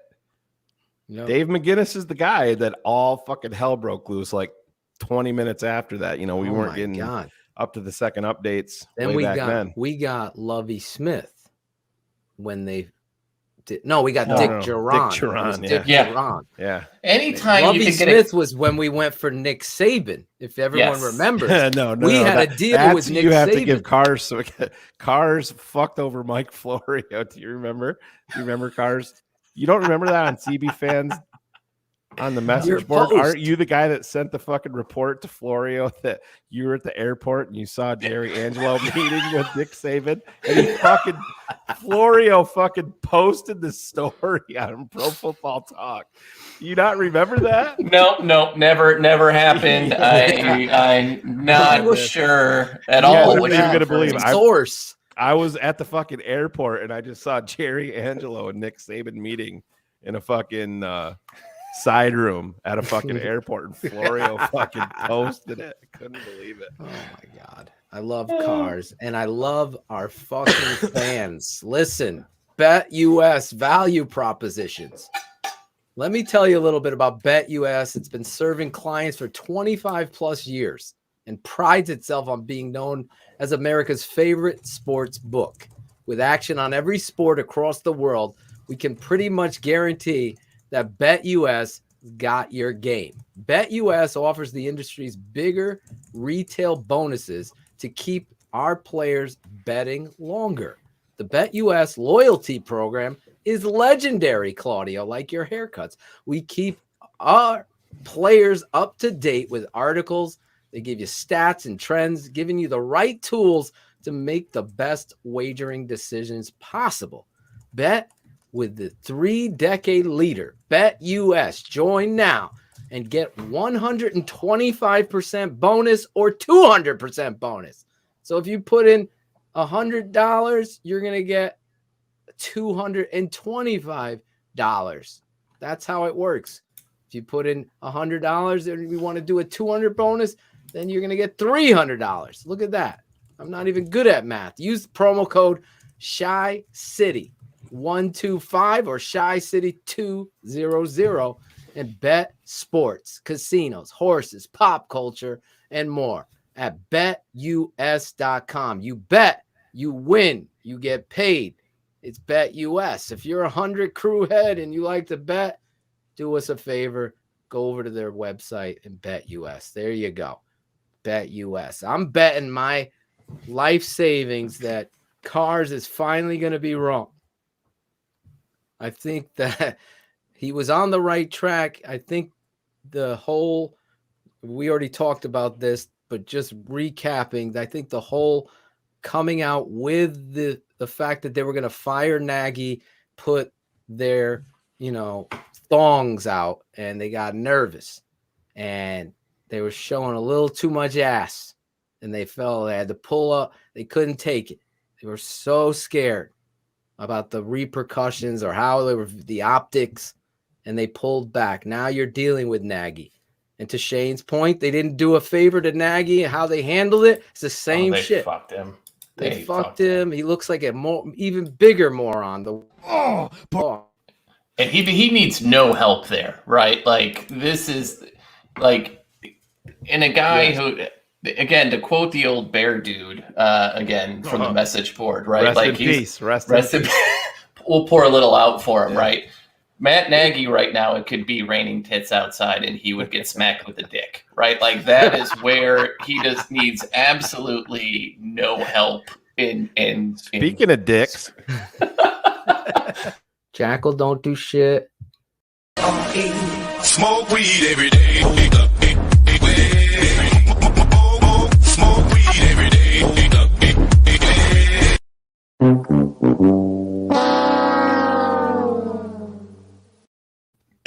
There's Jackal. Little breaking news, Phil. Breaking news. The tape never lies. Network breaking news. Mac Jones, not at 20, guys. They're not coming in to be better than Mitch right now. They're just not. And I firmly believe I that. like Mac Jones a lot. I like Mac Jones a lot too. I like him in the third round. I like him in the third round. Like, I that's where I would feel comfortable. Like, that's what he's going to walk out of our like evaluations. Like, we'll have a third round grade. He'll get taken in the end of the first, beginning of the second, because that's what everybody does with quarterbacks. They reach, but I don't. He's not a guy that's going to come in and make this team a Super Bowl contender. It's just not. He's not good enough. Not in year one. Not yet. Not in year one. But I really like that kid a lot. I like him too. I which means they'll probably fall in love with Kyle Trask. Nope. I'm an idiot. Well done. Well, compliments of Alex Acevedo. Alex Acevedo, man. He should be on producing every night here. He is currently ironing his wife's curtains. So we've heard. I love Alex Acevedo. I miss that guy. Claudio's twin brother. Twin, right, Claude? Yeah, the better looking version of me. Yeah. That's a low bar. That's a low bar. I know. That's a man. Acevedo's a man. Jackal, you're the man. The swag man. Well, anyway, you're ruining Chris Jackle's moment. People were asking, where's Chris Jackle? Here he is. He's back. You had a show last night. You're on mute as I talk. Oh, you ruined it. I was hoping he was going to go on this like diatribe. I'm trying to help him. I had it set up before. I didn't want to fuck up cars. Okay. Man. Alex Acevedo is making that Santa money. Hey, he likes kids sitting in his lap. Listen, we have to come to a conclusion here. The Chicago Bears are going to have to say there's no cap on a coach. We're a $1 billion organization. We make money hand over fist, Shayne. And we have to do that. We have to get this right. The first invention here is called the... Is that hand over fist? Or? That's probably I need one of those quickies tonight. Okay. Auto chain. Auto chain, yes. That's a whole nother story. I guess Logan's taking me off. That's the perfect out for the show, Phil. This has been a Shy City Sports presentation and a Tape Never Lies Network production. Keepin' It. Smoke weed every day. Everybody in the chat's like, what the fuck? Are they ending the show right now? They ending the show? They ending the show? No. How Should can we end tell the them show? about the green room phone call? No. There is an update.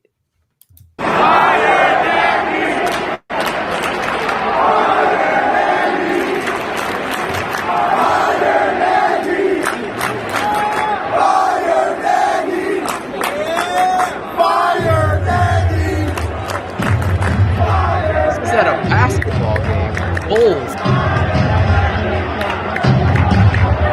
Wow. We're at the Illinois versus Notre Dame basketball game. Cards.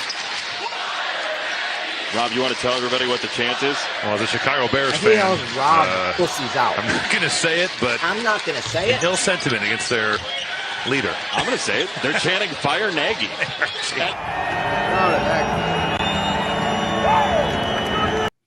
as you can see, we've Braggs is really recorded that. understands in that Braggs Bulls with the game, worst fucking flip phone ever.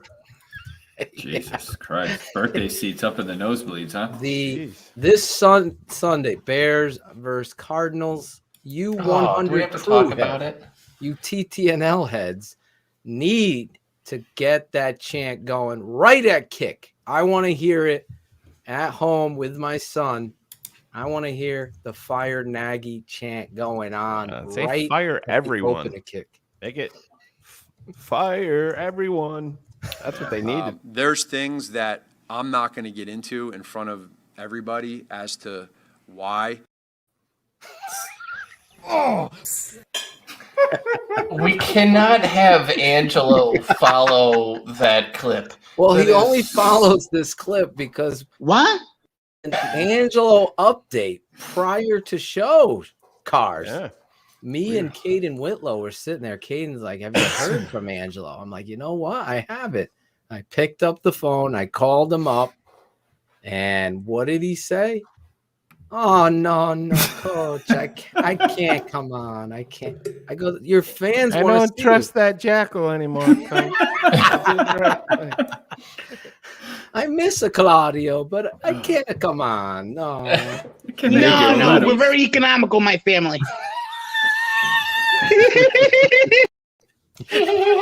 I miss that. That Is just- that- one. that laugh. I'm sorry. So Cars, he's saying that this is a football show. He looks like a clown, and that's why he can't come on the show. And I said, Dude, look at Angelo, we're getting the guy that loves to eat ass on the show tonight, and we do a hell of a lot more. Oh, so that's why Jackal got on. Okay, Yes. gotcha. Yeah, that was the breaking news. Breaking news. Jackal likes to tongue punch the old fart box, and that's ATDs, Cars, anal tongue darts. Let's roll.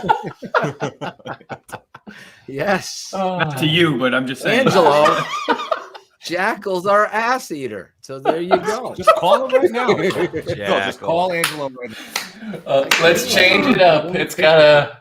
He won't pick if That's why he's somebody been else married. calls That's why him. he's been married 5 times, right? If I text Claudio his number, then maybe he'll pick up Claudio's, and then Claudio can interview Try it. him. Yeah. You want to try it? Yeah, but do you want me to tell him he's on the show or just? Yeah, sit you got just to. talk because he might. He might just hang Angelo, up. I know Phil talked to you earlier. Just tell him he's on mute. The fans are out here wanting to say hello to you. All right, go ahead. All right. Yeah. Real quick, we're gonna get to, and then we're gonna do a little bear up, bear down. Obviously, Ask for his mom. Get her on the phone. Oh, bring that fat ass over here. Yeah, tongue punch the fart box is one of the more underrated cars. All right, here we go. Cars has the great ones. I got him in there already. Nothing football related, but everything else. I'm in. Let's see if Angelo picks up for Claudio. Here we go. He might think it's the Mexican mafia getting ready to take him out again, right? Hello. Watch. Hey, is this coach? He's not going to answer. No, he's. What What time is it? He's sleeping. Guys, I'm It's 10 trying to o'clock. kill It's past his bedtime. I'm trying to kill a cockroach.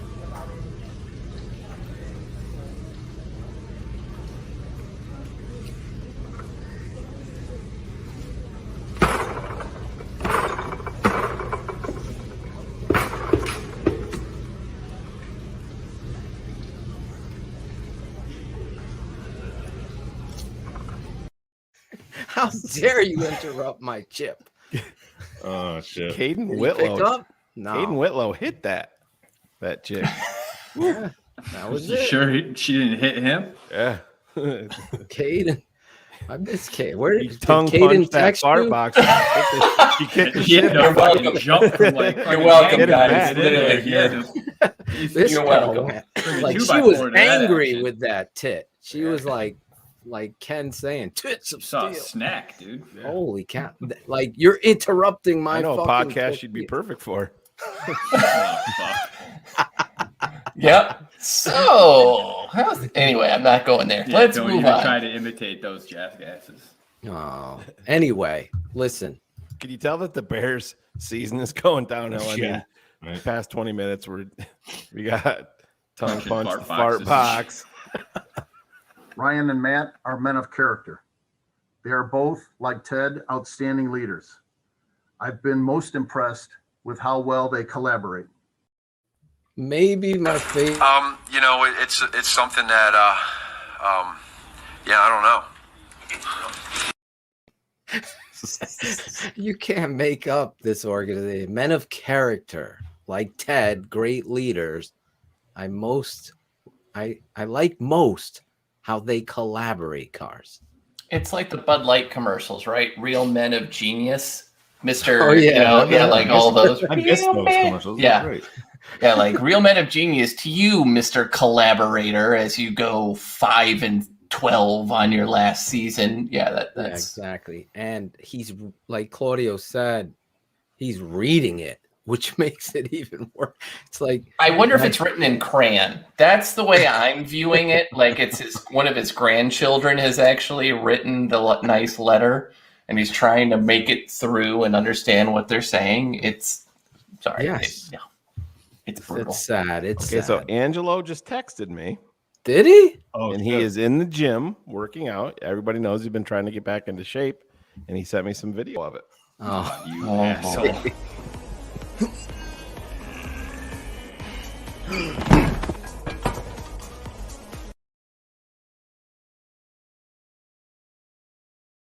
I hate you so much. I hate you so much. What is that? That's not real. Yes, it is.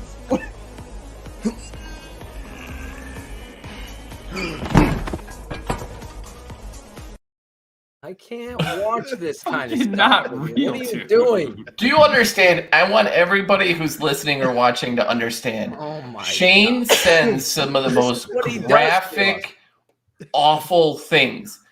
And it's gotten to the point where, and it's not like, it is gruesome injuries. It is. I said that to Ryan Cox and Cars last night, and neither one of the motherfuckers responded to it at all. It shouldn't. I couldn't sleep over this. How can you do that to us tonight? I delete every video that you send me without opening them now because I don't trust you. I do. Oh my god! Like, look at this dude's leg. Oh, this is Claudio the Barber. Yo, this is. I need Claudio to. Ryan Cox wins the day.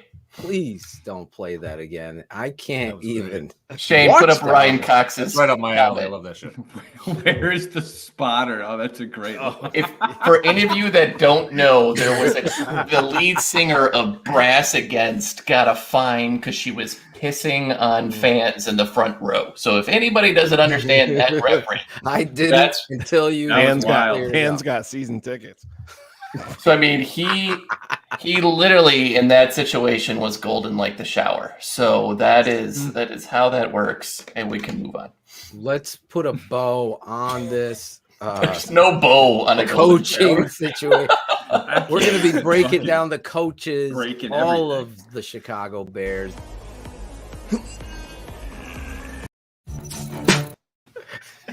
Stop! You can't play that shit anymore. I mean, there's so many bad videos of those types of it's dudes fake. working out. You see his skin bouncing up. Yeah. Oh yeah. I can't even watch it. But you have sent a weightlifter bodybuilder guy who's like arm popped out midway through. So I don't trust the worst one he ever sent was for me was the guy off the top rope. Stop! I was like, oh my, what the fuck did you do? Like I was in somewhere that I shouldn't even be. Phil gets he's like, bro, you can't fucking send me that shit. Oh my god! Like I get chills down my whole body with that shit. It just, I can't watch that. Mind you, I remember this kid we were playing. He hyperextended his elbow. It was the grossest thing you ever see. But I was calm in the situation. I was like proud. I helped the kid. I popped it back, and he was good. Oh, Jesus, Dr. Phil, here we are. Yeah, Dr. Phil was there. But watching these fucking Shayne Marsaw grotesque video injuries just destroys me. Anyway, putting a bow on the coaching as Shayne tries to find another disturbing video. You're an asshole, Shayne. When his head's down. We're going to continue to break that stuff down. Obviously, Coach Nagy's talk, everybody's getting tired of it. But we're just telling you, don't feel bad. Get the chant going. It's the only message that ownership is hearing because you've already paid for your tickets. You've already done the diligence to try. Get the Fire Nagy song playing and the Fire Nagy chants going. Now, bear up, bear down. We didn't have anything on Thanksgiving. We got to look back on the Chicago Bears victory this past week, Cars, against the lowly Lions.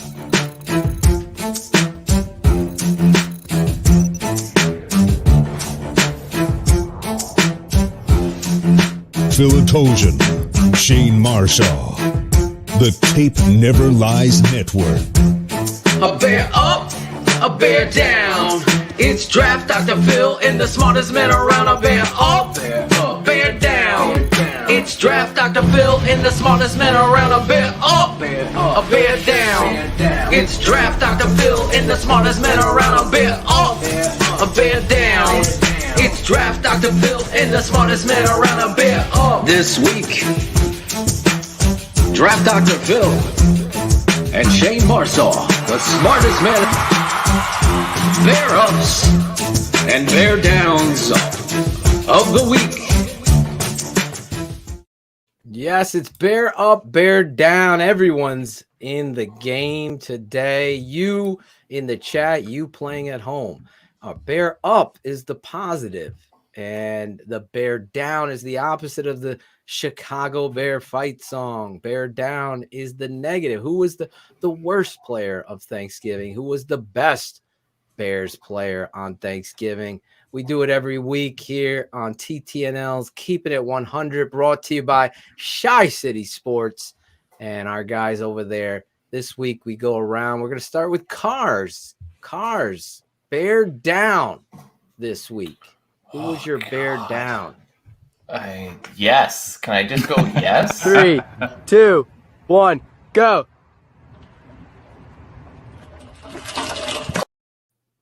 Shit. You can't watch it like that. Wasn't that bad. That wasn't that funny. Bad. I You can't gotta go watch back. it. You'll laugh. You'll No. laugh. One more time. 3, 2, 1, go.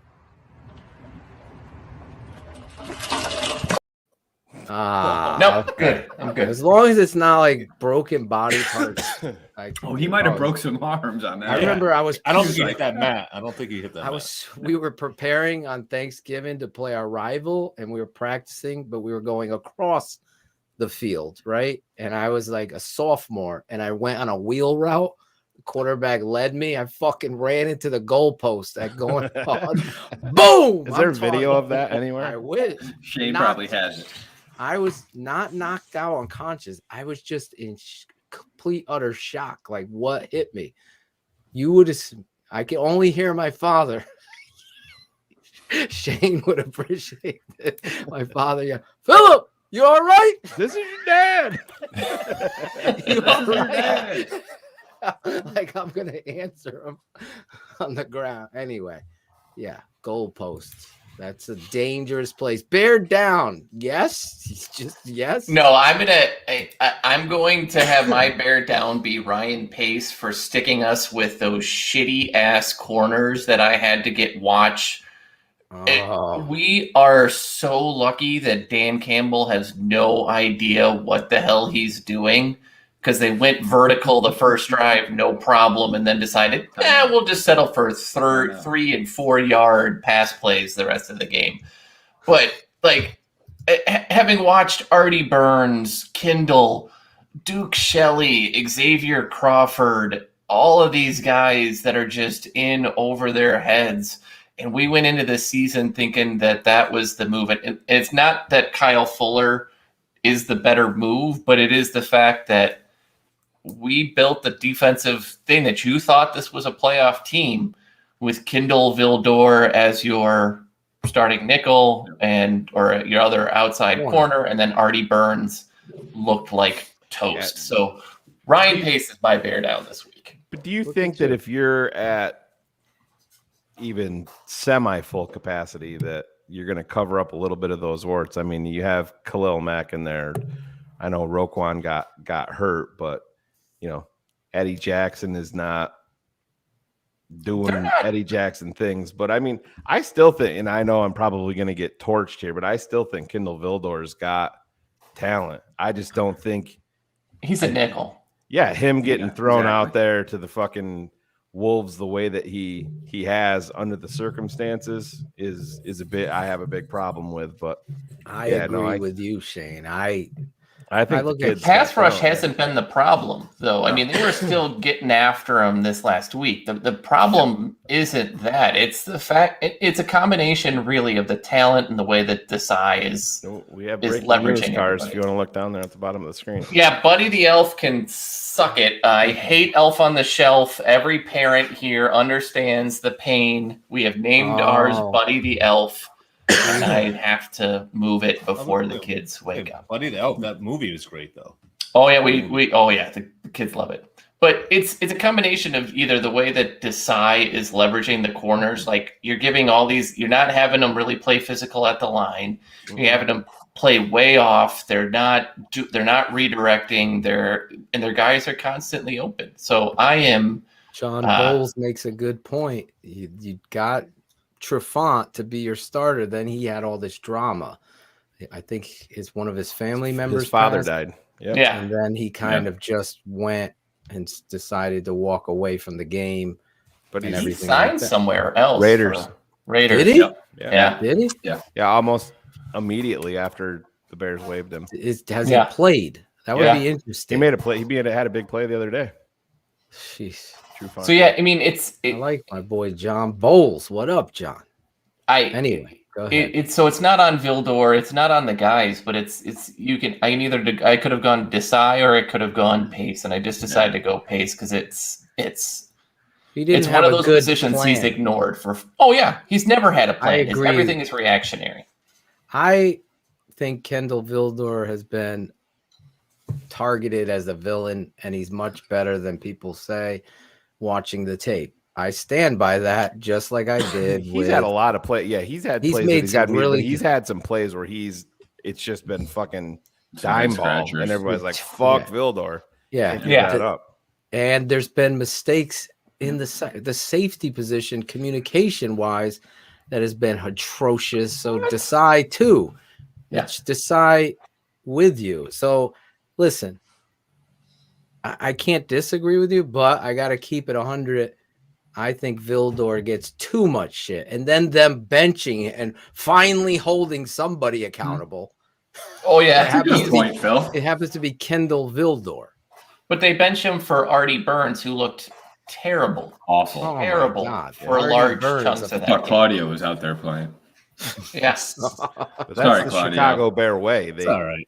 When they make a change myself, like that. Vildor gets thrown out with the fucking baby water, and then Artie Burns is going to be a big part of everything moving forward, and that's I think that's a huge issue. I think Desai's not the guy. No, I've said that. I learned that what game? I think it was the Packers game. I just felt like you had an opportunity there to be aggressive and go, and then against the Ravens. Forget about it. It's post the first game, right? Desai looked really well, called a great aggressive opening night. Of course, and then went in the Jackal shitter puts ever up since. that comment. The Jackal and Claudio show. I didn't do that. The light shines a little bit away from him. He's like, "Fuck that!" That was Claudio. Just so you know, we're talking. Phil. All of a sudden, I see Claudio and Jackal like Bill and Ted. Like, how you like that, Logan? Just putting up with the 100 crew once, bro. That's it. All right. So we're men of the DT. Ryan Pace is your bear down. Did you Ryan say Pace is my bear down. Yes. There you go. Claudio Fernicola. All right. Barber. Even though we won this game, I shook my head at a lot of players, a lot of plays, but I don't think I shook my head more when I saw fucking Club Dub after this fucking game. There you right? go. I don't know who Claudio. makes that decision. whether it's the coaches or it's the players. It's the coach. Nagy, The players whatever. made it. Yeah, But the coach can coach put the allows kibosh to that. Okay. You could Because put a kibosh. Exactly, Shayne. You win against the Lions, barely win against the Lions after losing 5 straight, and you're club dubbing it up. And I just you're the laughing stock of the entire it's just league, ridiculous. Ted Phillips. But you didn't hear Claude. You didn't hear Claude. Ryan and Matt are men of character. That's that's yeah. So that whole thing needs to just just go away. I mean, I like it. Maybe in the playoffs, you win a playoff game. You make it to the playoff. You win your division. Something like that. Not that's like fucking when they do the champagne in baseball. How about win through 5 in a row and do a club dub then? Instead of losing 5 every fucking year. How about that? 2. How about win 2? Can we start it baby steps? Baby steps. Yeah. So, I mean, we threw for 300 yards for the first time in 2 seasons. So, you gotta you can't take everybody to Sizzler at that point. So you got to do something to celebrate.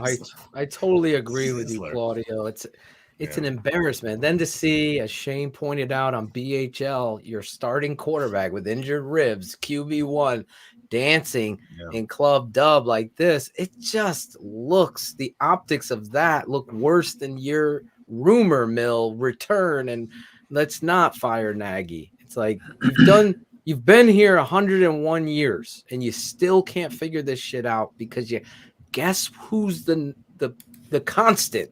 The constant is the McCaskies and Ted. Now we have to do something, George. You owe it to your mom. Ted, I'm sorry. We love you. We love you. We got to put you here. Matt's not the right guy. They're fucking club dubbing on Thanksgiving against the fucking Lions. And our starting quarterback who's hurt is dancing on camera. You fired up club dub in Detroit. And listen to this. The Chicago Bears have more wins in Ford Field since 2018 than the fucking home team Detroit Lions do. True story. The Bears have 3 wins in Ford Field since 2018. That's more wins than Detroit. But they own us. They own us, Shayne. Don't forget. They own us. Calculator can't run that fucking algorithm. What about that? There's that, I don't remember his name. A couple people have sent me this one Lions troll. He goes into every Bears presser and all this. Don Diz or whatever. Don, there you go. Where's Don? Where are you at, Don? Don. How the fuck did I remember that? Oh, I got a text. Dom is currently fucking Ariel Cologne's mother. Oh, sweet. Whose twin sister smashes roaches. Don Burr. Don Burr. We got her right here, right? It says Ariel's mom.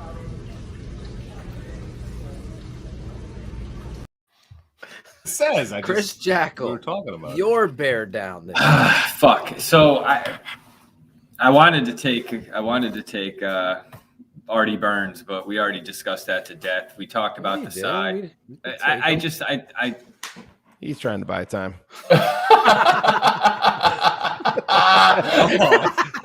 Wow. Touche, sir. Touche. Wow. But yeah, that's where I'm at with this. It's more on the defensive side. Desai is my guy. I'm going to stick there. Model. Sean Desai. There you go. Sean Desai. I was looking for that Jackal drop. Where did it go, Shayne? I deleted it. There's a lot of stuff in there that stinks. No, you did? I can pull that. No, I didn't. I'm kidding. I don't. Jackal don't do shit. There's hope, guys. There's hope. I don't know if there's hope, Chris Jackle, but Sean Desai is his bear down. Listen. It's over his head. I agree. For me, it was the Packers game. The exclamation point highlighted, Canadian highlighters, everything against the Ravens down that stretch. Come on. You can't have miscommunication and coverage and then bench the kid. Anyway. And coach afraid. He coaches afraid. Coach is too scared. And then to lie. Instead to win, he just tries not to lose. And you can't he lied, Barlissimo, and I broke it down. You didn't get all your sacks on that same coverage. You didn't. So you sat there and lied about, well, we got all those sacks. No, that's not the truth. And you should be ashamed of yourself for lying. Anyway, my bear down. I'm sorry, guys. I got to do this. My bear down is to Coach Nagy. I've never been more embarrassed by what Claudio's saying, but the kneel downs at the end of the game to beat the Lions, to me, was the most pussy, dumbest, completely against my coaching integrity. This is not strategy to win the fucking Super Bowl or go to the playoffs. This is about you're playing a winless team. You set the tone strategically to run out the clock when your team can't run and you can't block. And you need these moments and these reps that you talk about all the time. You run that fucking ball in there and you score, and then you ask your defense to step up and stop them. And if they don't, then it's on them. That's what a real head coach does. They don't go out there against, as Shayne is pointing out, we've had more wins there than anyone, than the Lions themselves. They're, set a tone. Don't play like that. This isn't Madden against a fucking 13-year-old. He obviously infuriates me beyond anything imaginable, but I thought the NC, and some people are okay with it. I don't know where you guys are, but for me, sitting there watching Thanksgiving, him kneeling down, I just felt I know Chris Zorich felt the same way as me as a former Bear. Dante Jones said the same thing. Shayne, my dad said it even worse. It's an embarrassment. You drive that football down. If they stop you, you kick the field goal. If you score, you stop them. That's football. So my bear down, Coach Matt Nagy. It was similar to Tressman, right? Didn't Tressman have that game where he tried to kick the field goal early on like third down and we lost the game? Like, those are the guys that we hire, right? We coach just to try to just enough to win a game, and that's glorious. It was disgraceful to me. I get it. You want to win the game. You always play to win. But in this scenario, are they fucking going to go down the field and do you dirty like the Ravens did? Then that's on you. Go fucking everyone's talking about how great the O-line was that day. You're sitting there after they did a great job. Well, go after it then with David Montgomery, the elite back. He's also, let me add this to my bear down of this fucking guy. Khalil Herbert coming into the game. What for? You got your best fucking player on offense out there. It's David Montgomery, then Mooney. Those are your two bests. It shouldn't even be a decision. This guy's a fraud. Anyway, I'm getting fired up with this weak-ass pussy shit when I see it. Like, be a fucking man. Lead by example. Exactly, Angela. Weak-ass shit. Exactly. I just added the P word in there. Anyway, that's Matt Nagy. You are my bear down. Bear down for life. Bear down for what? Oh, jeez. Shayne Marsaw, you're bear down. You guys took all my guys. This guy bounced back, but man, I was legit worried about our field goal kicker. I mean, he was so fucking locked in. Then you saw the moon shot in Pittsburgh. But how the 53 yards, you're in a fucking dome. And that shit was 6 or 7 yards. He said he chunked it, I think he said, but man, turf. I know never Cars brought it up immediately after the Pittsburgh kick that may have fucking psychologically broken him. And man, I was glad to see him bounce back, but holy shit, 53-yarder in a controlled environment, man. I had some legit fucking concerns about Cairo moving forward that wasn't just fucking short. That was 7, 8, that 9 barely yards made it fucking short. And I was like, I saw that. I just stared at the fucking TV like, what? I thought it got tipped. I thought it got hit. Oh my God. I've never seen a 53-yard field goal be that fucking short other than in a fucking high school football game. Yeah. It's like, wow, what the butthead fucking early Robbie Gould when they wouldn't have him go into 50 or beyond. God. I still can't believe that happened. Did somebody get some footage on it? Did he kick the turf before he hit it? He said his exact words were he chunked it. Chunked it. So I don't know. Did he do the truffle shuffle, Jackle? He chunked it.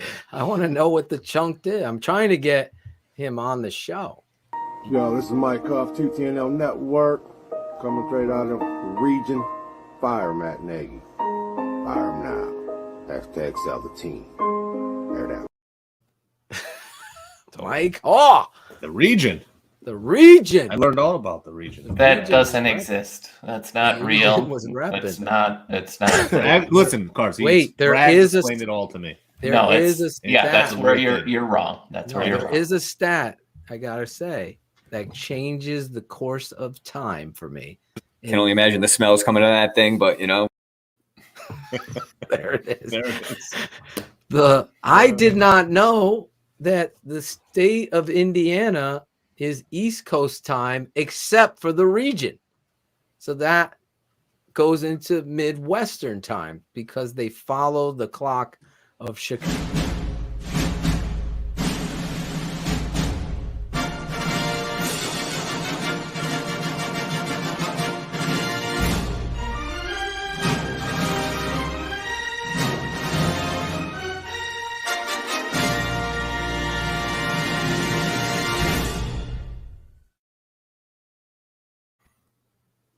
That deserved the full length. Yeah, well, I think it is a point in this. And Angela obviously is from the region too. So that doesn't change the context for it. I'm sorry, something that Greg Bragg said changed anything? No. I was trying to get him on topographical tonight. maps, like the fucking overhead view, and you can see the peaks and valleys. I pulled one up of the region right here.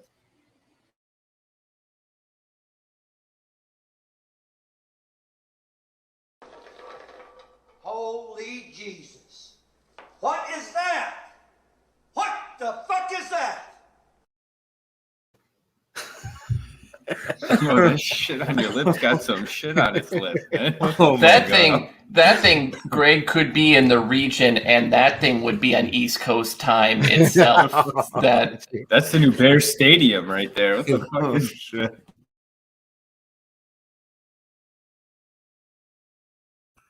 Can only imagine the smells coming out of that thing, but you know. Listen, Perfect. there is a point about the time, and I get it. Is it Chicago? No, but I get That's Chicago the point. land. That's the point. No. He's saying Chicago land. That's been his argument. I'm just saying I didn't know this whole Indiana is on East Coast time, except for the region. That changes. And what the state dynamic. is the region in? It's in Indiana. I'm sorry, what state? And what state is Chicago Now in? let me say this, Claudio. Yes, we're in Connecticut. Yep. But they say the metropolitan area when they can talk about Connecticut. They say tri-state. They say tri-state as well. Yeah. They say tri-state. Then they focus in on New But York City. We're from Connecticut. We don't say we're from New York City. We're from the region of New York City. Yeah. Yes, we're from 203. I think that's what Sergeant Fuzzy Paws is. I don't know if he's 860 over here. We are from the 203. Sergeant Fuzzy 860 up here, Phil. Greg might have his own area code. Holy Jesus. What is that? What the fuck is that? I didn't know they stacked shit that high. He can breastfeed my daughter with that thing. He's got codes and area codes. That's a big pimple. I know he was upset that I put that on. Oh, he's gonna love it. Birthday wish. He was supposed to come on tonight. Anyway, Bulls playing? No, he has his own show tonight. Apparently, Shayne Marsaw, you're bear down. Yeah, I already told you. He gave it. Oh, you Santos. did? Cairo. Oh, he didn't say it. That somehow morphed into the region somehow. Yeah. Holy cow, that went into the region. Yeah, somehow. Yeah. This will be a forever thing. The region Chicagoland does Greg's pimple. Fucking bullets. I love you, man. Oh, Edwin. Well done, Edwin. Yeah. Edwin saying, "My fucking pimple's bigger than Phil. Fuck a pimple. That's an alien coming out of his face." It's like the end of Spaceballs when that monster comes up and is dancing up and down. Yeah. If you're not watching Poor this Greg. show, Shayne Marsaw is putting a image of Where's Fred Greg's Savage to be giant like, pimple. We're not going to play that. That's a movie. That's listen. Yep. That's what's going on. That's why they're laughing. Shayne, are you doing the Manscaped? Yeah, are you going to go to Bear Up first? Yeah, we're going to do. I'm just getting this out of the way as we turn the corner. Yeah. After this segment, we will do the Manscaped promo. Shayne Marsaw, you kick off. Bear up, bear down, bear up. I'm going to go on the defensive side of the ball, and this is a guy that's a credit to Ryan Pace, and I think is going to be a big part of the future of this team. Number 99, Travis Gibson, continues to show me flashes each and every week. And live, I thought the guy was down when he did the peanut punch, and then they replayed that. I think Cars, maybe you and I were texting. I'm like, oh shit, he was up. That dude that's a clear fumble, but that was a great play. Heads up play. Travis is starting to stack these games together. Listen, I'm not a guy that's going to go out there and say if you don't have 2 sacks, 3 sacks, 3.5 sacks and a forced fumble that you're shit, like a lot of listeners do, because they're hungry for stats. But this kid is starting to show signs, and I mean he's transformed his body. And you think about the Bears got this kid in round 5 along with Darnell Mooney in round 5, and these are the things that you want to see from these guys, because you need cost control guys that are going to be a big part of your franchise. The way that this team is structured financially moving forward, that's the benefit of having Justin Fields on a rookie contract, because you have some monstrous contracts moving forward with Khalil Mack, with Eddie Jackson, with Robert Quinn. You got to pay Roquan Smith, however that's going to unfold. Right. So you can only fuck a cap when you've got the young kids on draft picks coming up. Fuck a cap. I can't wait.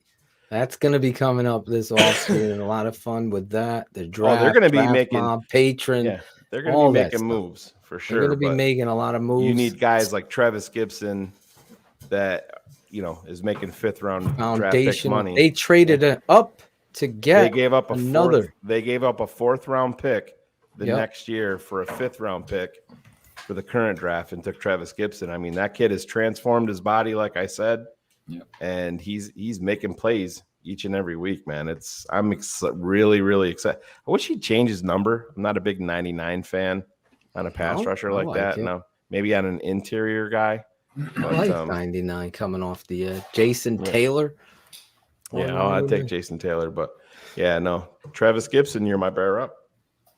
Good That's what job. Shea McClellan was going to be, Jason Taylor 2.0. How about this guy, That's a Philip looked like the night that they drafted Shea McClellan. Sitting back, fucking boy. Took the weekend at Bernie's.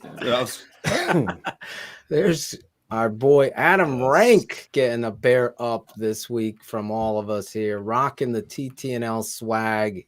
Is anyone cooler than that? I love when people in the media support what we do here and understand how important TTNL is to the fans and the fan base. Real Bears talk, real talk all the time. We don't fucking sugarcoat shit.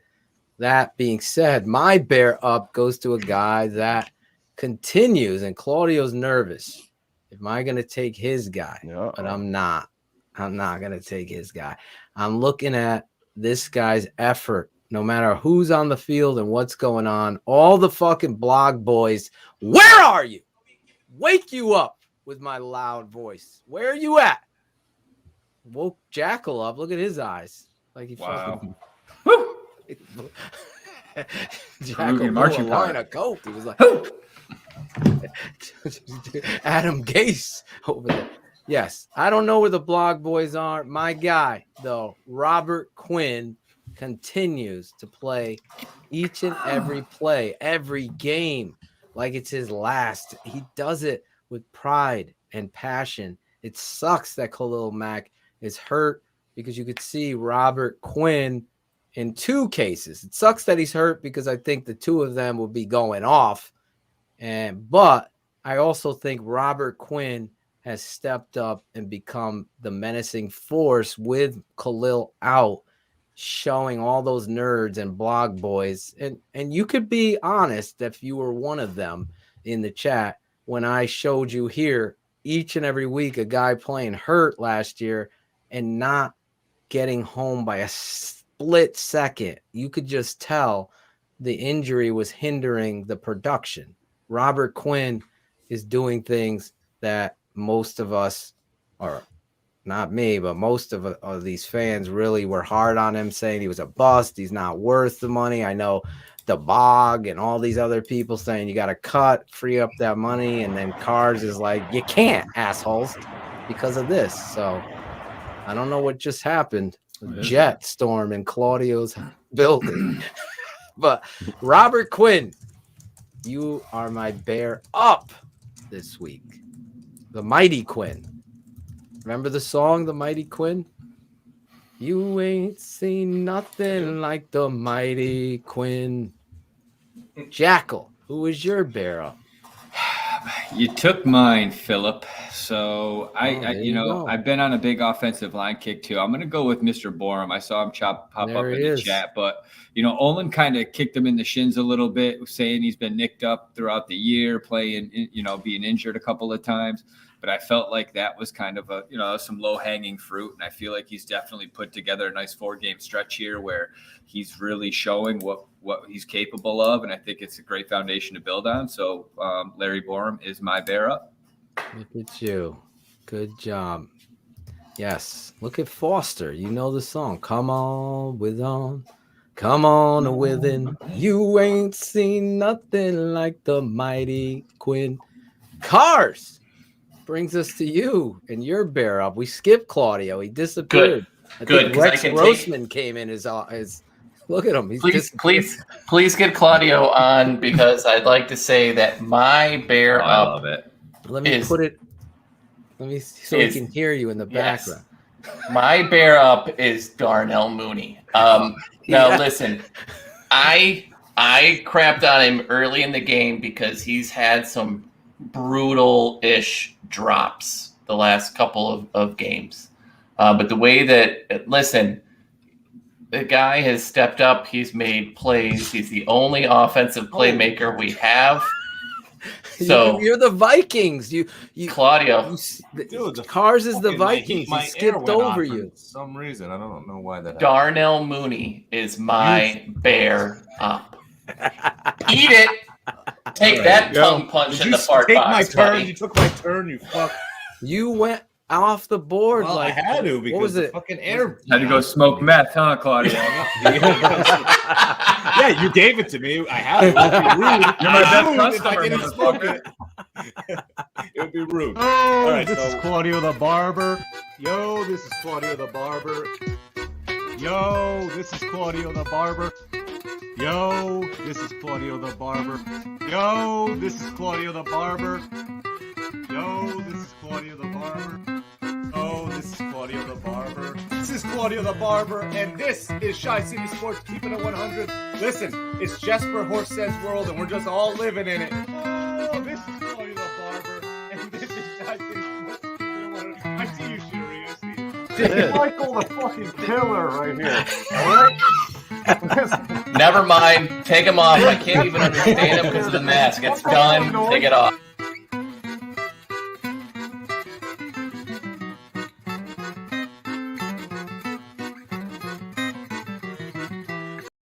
Smoke weed every day. There he Love is. Claudio the Barber. That Michael Myers skit. You guys didn't give it a chance. You didn't give it a chance. That's the problem. Such an Hey, Claudio. I have some good lines in there. Claudio, cut it out. Cut it out. Cut it out. All right. Cut it out. So, who did you take, Jackal? Because I missed that too. He took Borum. Borum. Oh, then I'll have to go my barrel. Travis Gibson. Yeah, I was going to take. You're going to take Andy Dalton, aren't you? You know, I am actually, because There only you because go. he got gave you an out. You're he got a welcome. meaningless award from fucking Fox, whatever award that fucking was, that little ball thing that he won. They didn't bring out the drumsticks or The nothing. turducken? Yeah, they didn't bring out the do any of turducken. that. No. But, I mean, he did have a good game. I mean, you know, he put up some Peter yards. nixed that shit. Hey, listen, He from had a a good drive mental, at the end. You know, from what he's put up with and had to deal with this season, and the fact that he performed the way that he did, not everybody mentally can handle the weird kind of off season and season he's had. So that there is something to be said for that. I mean, he I had agree. a good drive at the end, and so yeah. Only if But Coach of course, let we all him know finish it out. Mooney is No, you can't. Too late. No. Mute him. He's My done. backup is Mooney. No. Well, Bad Claudio. backup is Andy Dalton. There you go. All right. Manscaped.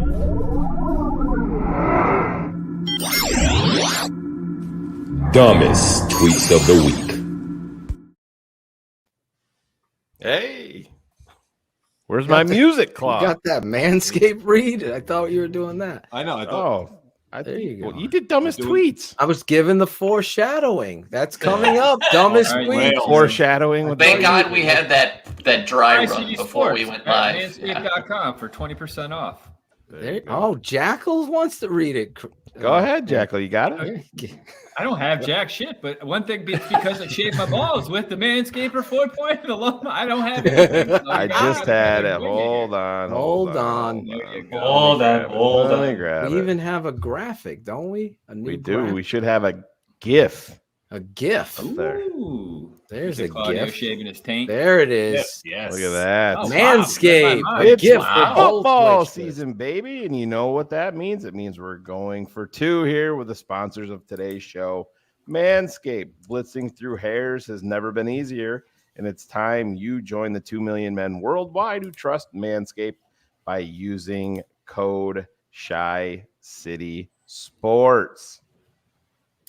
For 20% off and free shipping. It's 3 and out the window with all other trimmers. Now go tame that Wildcat offense. The Performance Package 4.0 for Manscaped is the perfect package for your package and key for a great grooming and hygiene routine to make sure the boys downstairs are smooth like Tom Brady in the fourth quarter. I don't know why we're promoting Tom Brady here, but there's no 15-yard penalty for the clipping. This package also comes with the Weed Whacker. This elite nose and ear hair trimmer is also waterproof, Phil, and uses the 9,000 RPM motor-powered 360-degree rotary dual blade system. This trimmer also has proprietary skin-safe technology, which helps prevent nicks, snags, and tugs in those delicate holes.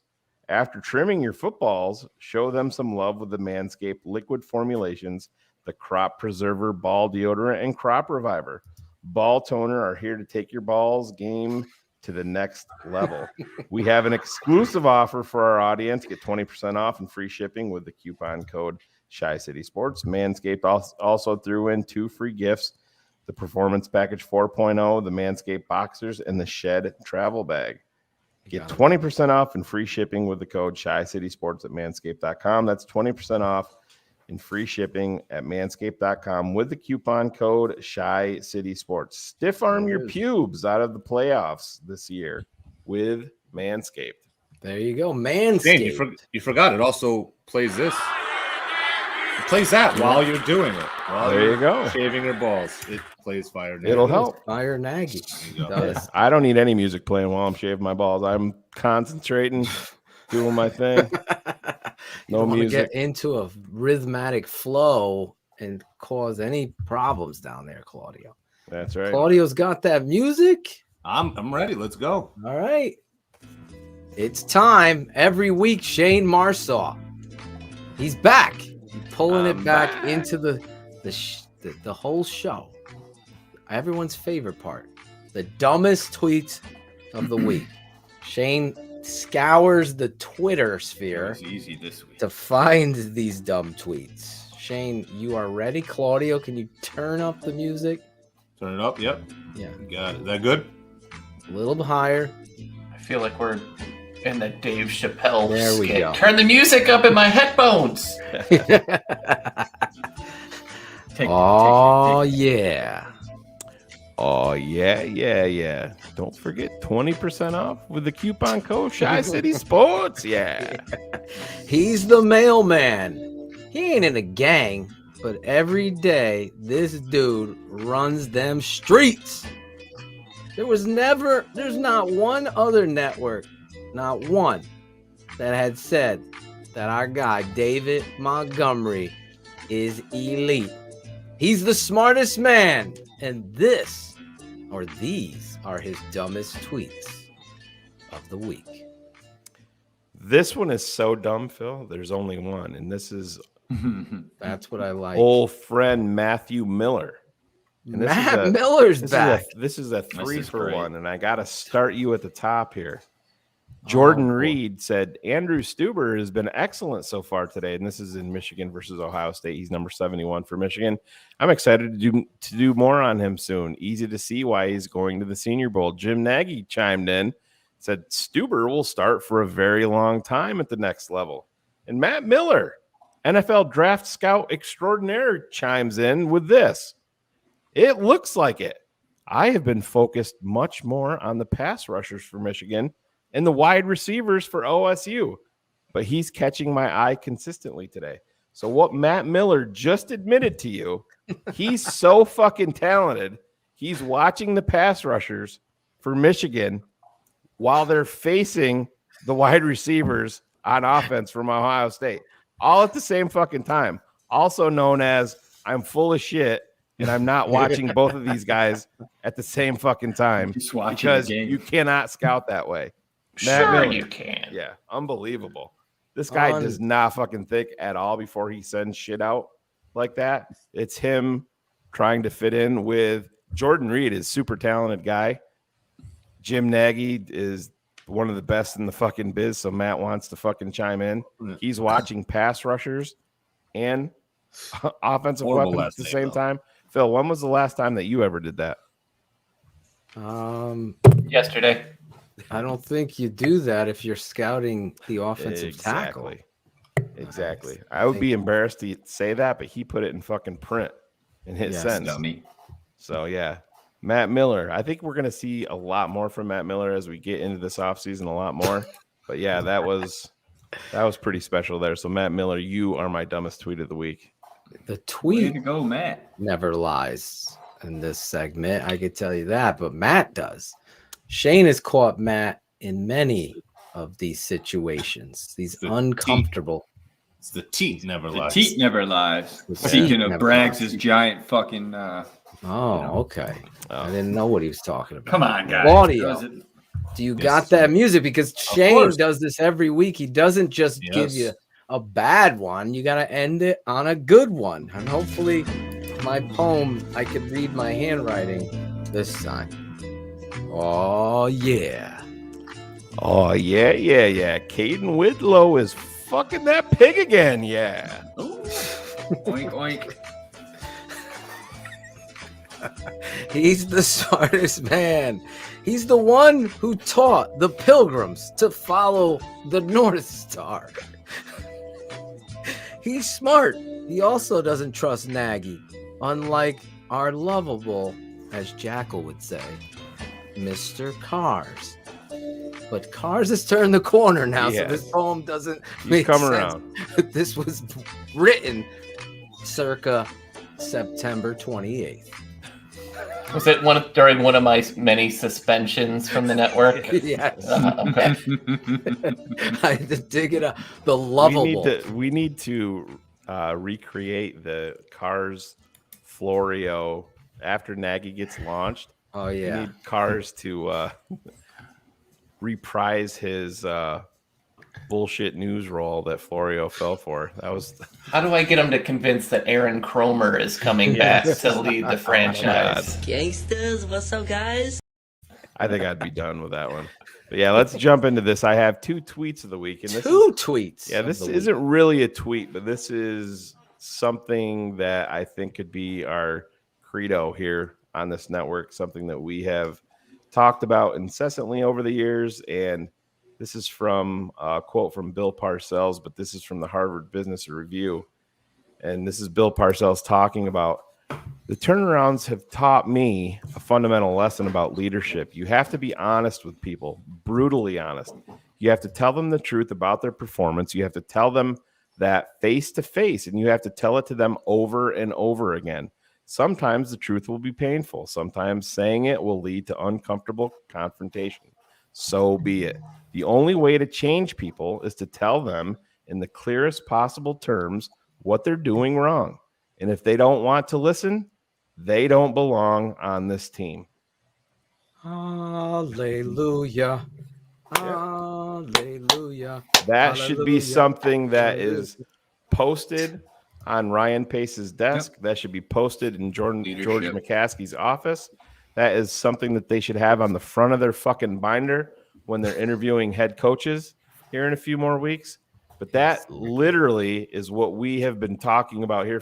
Phil, we've talked about it 100 times, man. We've had to have more than 100. We have had to have some uncomfortable talks over the fucking past few months with stuff that we didn't want to do, but you do it because it needs to be done. Exactly. And that right there is exactly what you want to remind yourself if you're running a franchise each and every fucking day. Do you think that that's going on in Chicago with the Bears? No, I don't. Ryan and Matt are men of character. They are both, like Ted, outstanding leaders. I've been most impressed with how well they collaborate.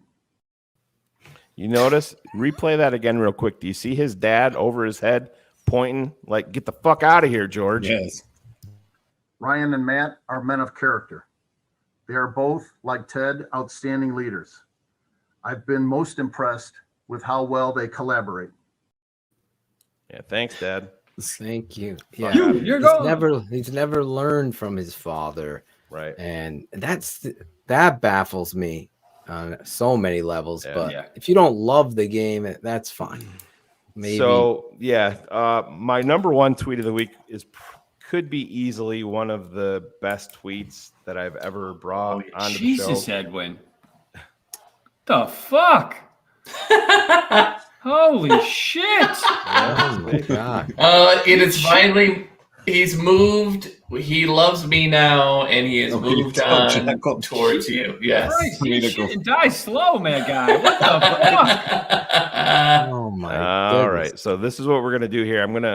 I talked to Phil about this tweet today because I've had it for a couple of weeks, so it is a little bit dated, but it's too good not to share. Kansas played Texas, and Kansas upset Texas in Texas.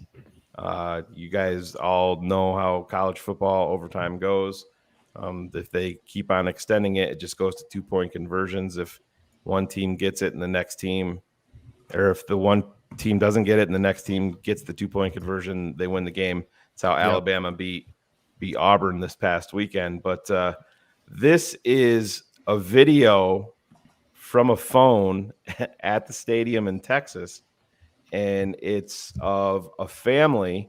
Their son is a walk-on linebacker for Kansas, and he's in on the 2-point conversion play for Kansas against Texas, and he ends up catching the 2-point conversion, and his parents have no idea. And then all of a sudden you hear his dad realize that his son just caught the winning 2-point conversion. He's never taken an offensive snap in his life, linebacker, walk on.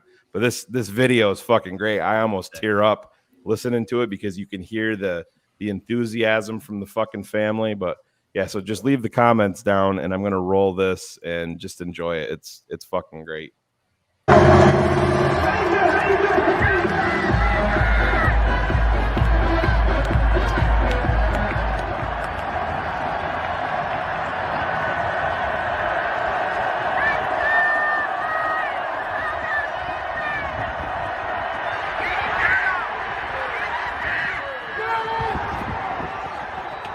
Oh, he's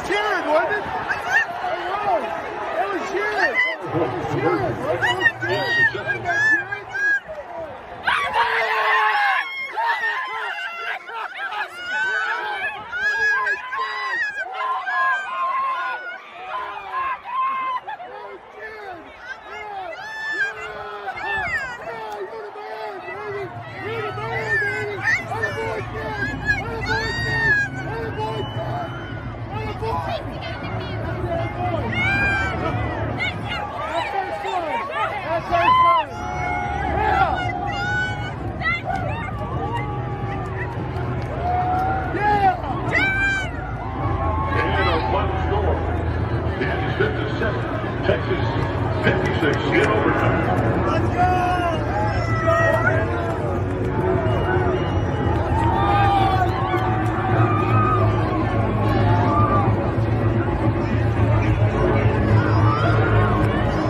Longhorn fans, horns up for the Isles of Texas. That's unbelievable. It doesn't get any better than that, man. I mean, you hear the. If I've watched that video probably 30 times since it came out, and you hear the dad, he's like, "That's Jared," and then my boy pops up on the jumbotron, and he's telling the people next to him, "That's my boy, that's my son right there." And it's just, man, that's what football's all about. If you don't get choked up watching that, I don't even want to be your friend. I mean, that's what it's all about right there. He's like, "You're the man, you're the man." Tear out of my eye. That was awesome. Oh, man, it's so great. Best tweet that I've ever been involved with as long as I've been doing that.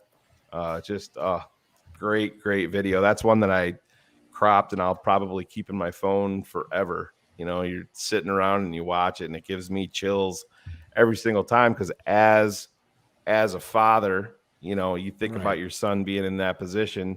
And I've had a tough week with my dad this week, thinking about stuff like that, you know, as my dad gets older.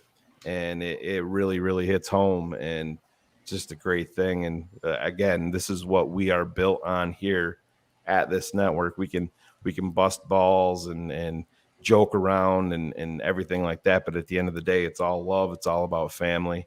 And if any one of my guys here on this panel was in trouble, they know that I would be right there for them 100%, no matter what. And that's what it's all about, man. That video right there, that's what football is. That's what life should be. And we need a little bit more of that was Jared in our life, because that was fucking amazing. More Jared. Cool. Thanks for sharing that, Shayne.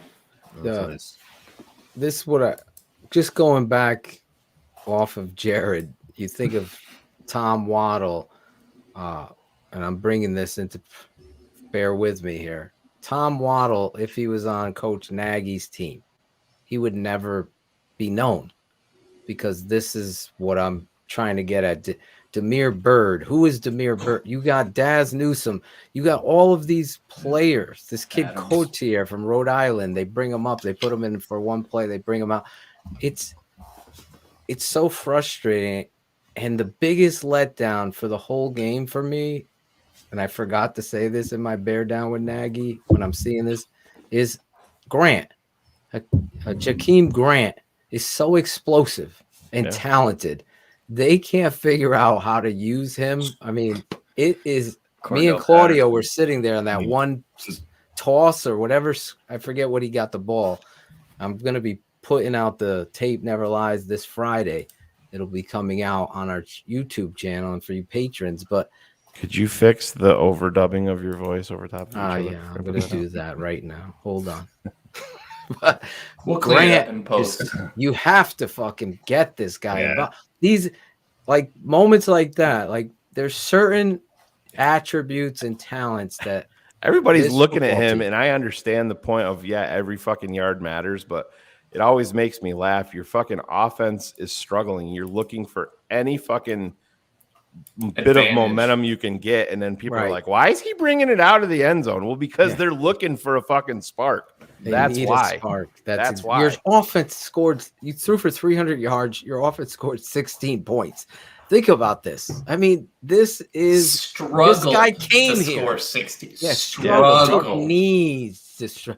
It's like, come on, like that's why he's taken out. If he's not a big part of your offense, like I couldn't believe he wasn't a big part coming off the 2-week bye. but he's an explosive player to go along. Oh, by the way, Allen Robinson, your franchise player, is not in, so you would make more of an emphasis. Not like them. He's going to be in this week either. Yeah, not them. So anyway, I just wanted to point out guys like Jared remind me of Tom Waddle, the underdog. They get the opportunity. Ditka, good coaches, great coaches like Parcells. He would see the value of a Waddle, would see a value. Yeah, Rodney Adams, these players, and utilize it and give them a chance. Yes. We don't see that with Ryan Pace and Nagy. Maybe Pace is pushing. Maybe Pace was the knock on the door. That's who I was told. I know George McCaskey's story has come out, but anyway, that was my just thought there. Like, that's football. I don't give a fuck where they're from, where you drafted them. Get them in the game. Let them make plays. I mean, if I'm going to root for a team, I want to give it all I got. Next play. Pass. There was no rhyme or reason. Drove down the field. Mr. Montgomery breaks a huge run. If he scores on the run, you don't got to worry. But you do got to worry because he gets tackled at the freaking 15. There was no rhyme or Next play, shotgun.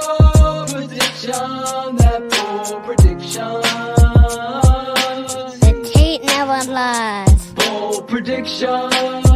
What's your prediction? What's your prediction?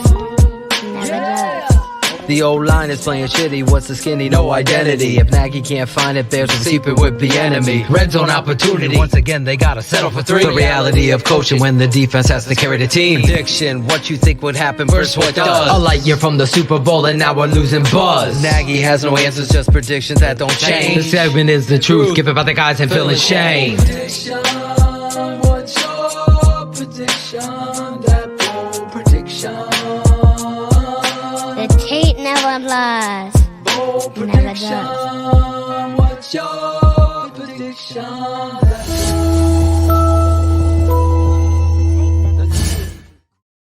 Can only imagine the smells coming out of that thing, but There you go. Bold predictions. Can you imagine the smells coming out of Braggs' mouth? Cars. Bears versus Cardinals this weekend. Who do you got? My bold Cars, before you speak, number 1 road scoring team in the NFL, 32 points a game, Cardinals. I didn't want that to factor in because I know you're going to pick the Bears to win by 30, but Well, now you've changed everything on me, and I was not prepared for that nugget. So my bold prediction is I will not stress watch this football game because I have no expectations of anything going forward. So my bold prediction is I will watch the game and not care, which is a wonderful place for me to be. Because I can't care for a Matt Nagy-led team any further, at least on game day. As for what I expect, I expect the Bears to lose 35-10. That is what 35-10. I feel like with Murray coming back healthy, with Hopkins coming back and playing, I worry a little bit about that pass rush and what they can do on that side.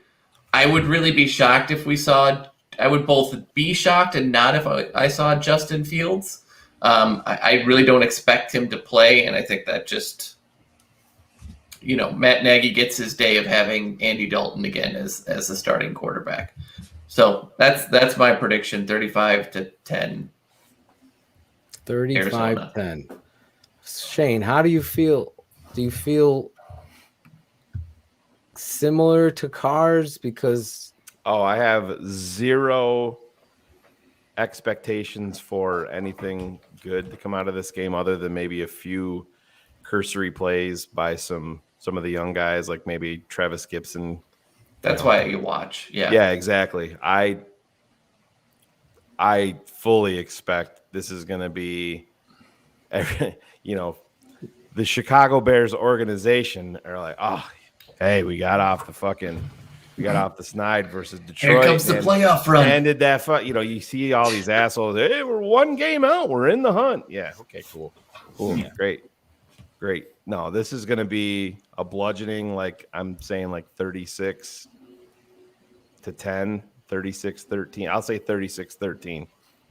We'll give Cairo. Yeah. 36-13 you got. Yeah. I think these guys are too explosive. I think the Bears are obviously down some guys on defense, and still you see a guy like Eddie Jackson coming out and saying that, the fire Matt Nagy chants, the Bears fans have to realize that that's not helping. That's actually making it worse. No, that means that you're soft fucking mentally, because when you come out and tell everybody that we don't give a fuck what the fans say. We don't read what's in the papers. Yeah, you do. Read it all, you dickhead. You hear it all.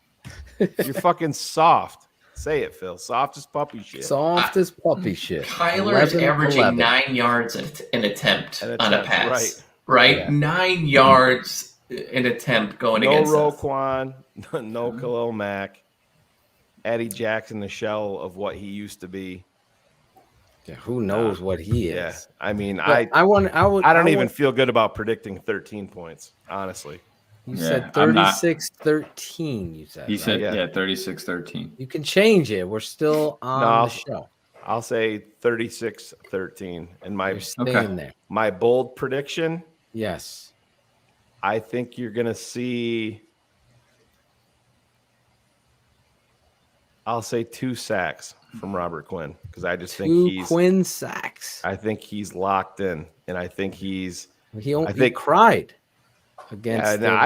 I found out more about him this week that I never knew. I didn't know he's got a brain tumor. I never knew that. Yeah, I didn't know that either. That's freaking crazy. Adjusted to it, throughout his. I mean, he's had it for ever. Imagine this guy. It's not.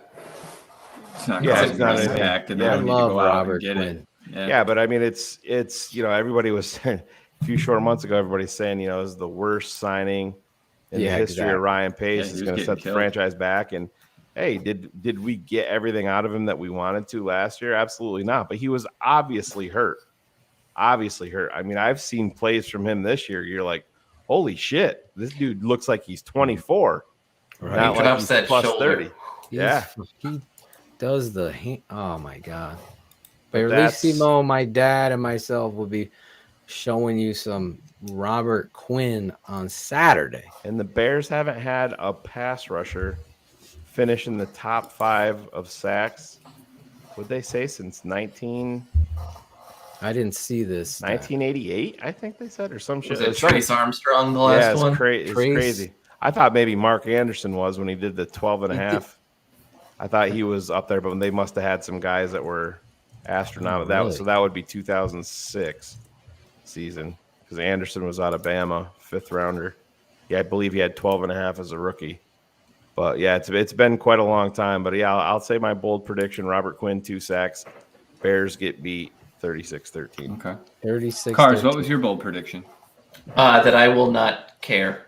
Okay. Cars will not care. That's a bold. I got to type it in. That's what I wanted. It's going to be one of those games, Phil, like when you and I are trying to figure out the connection to Facebook in the middle of the fucking game.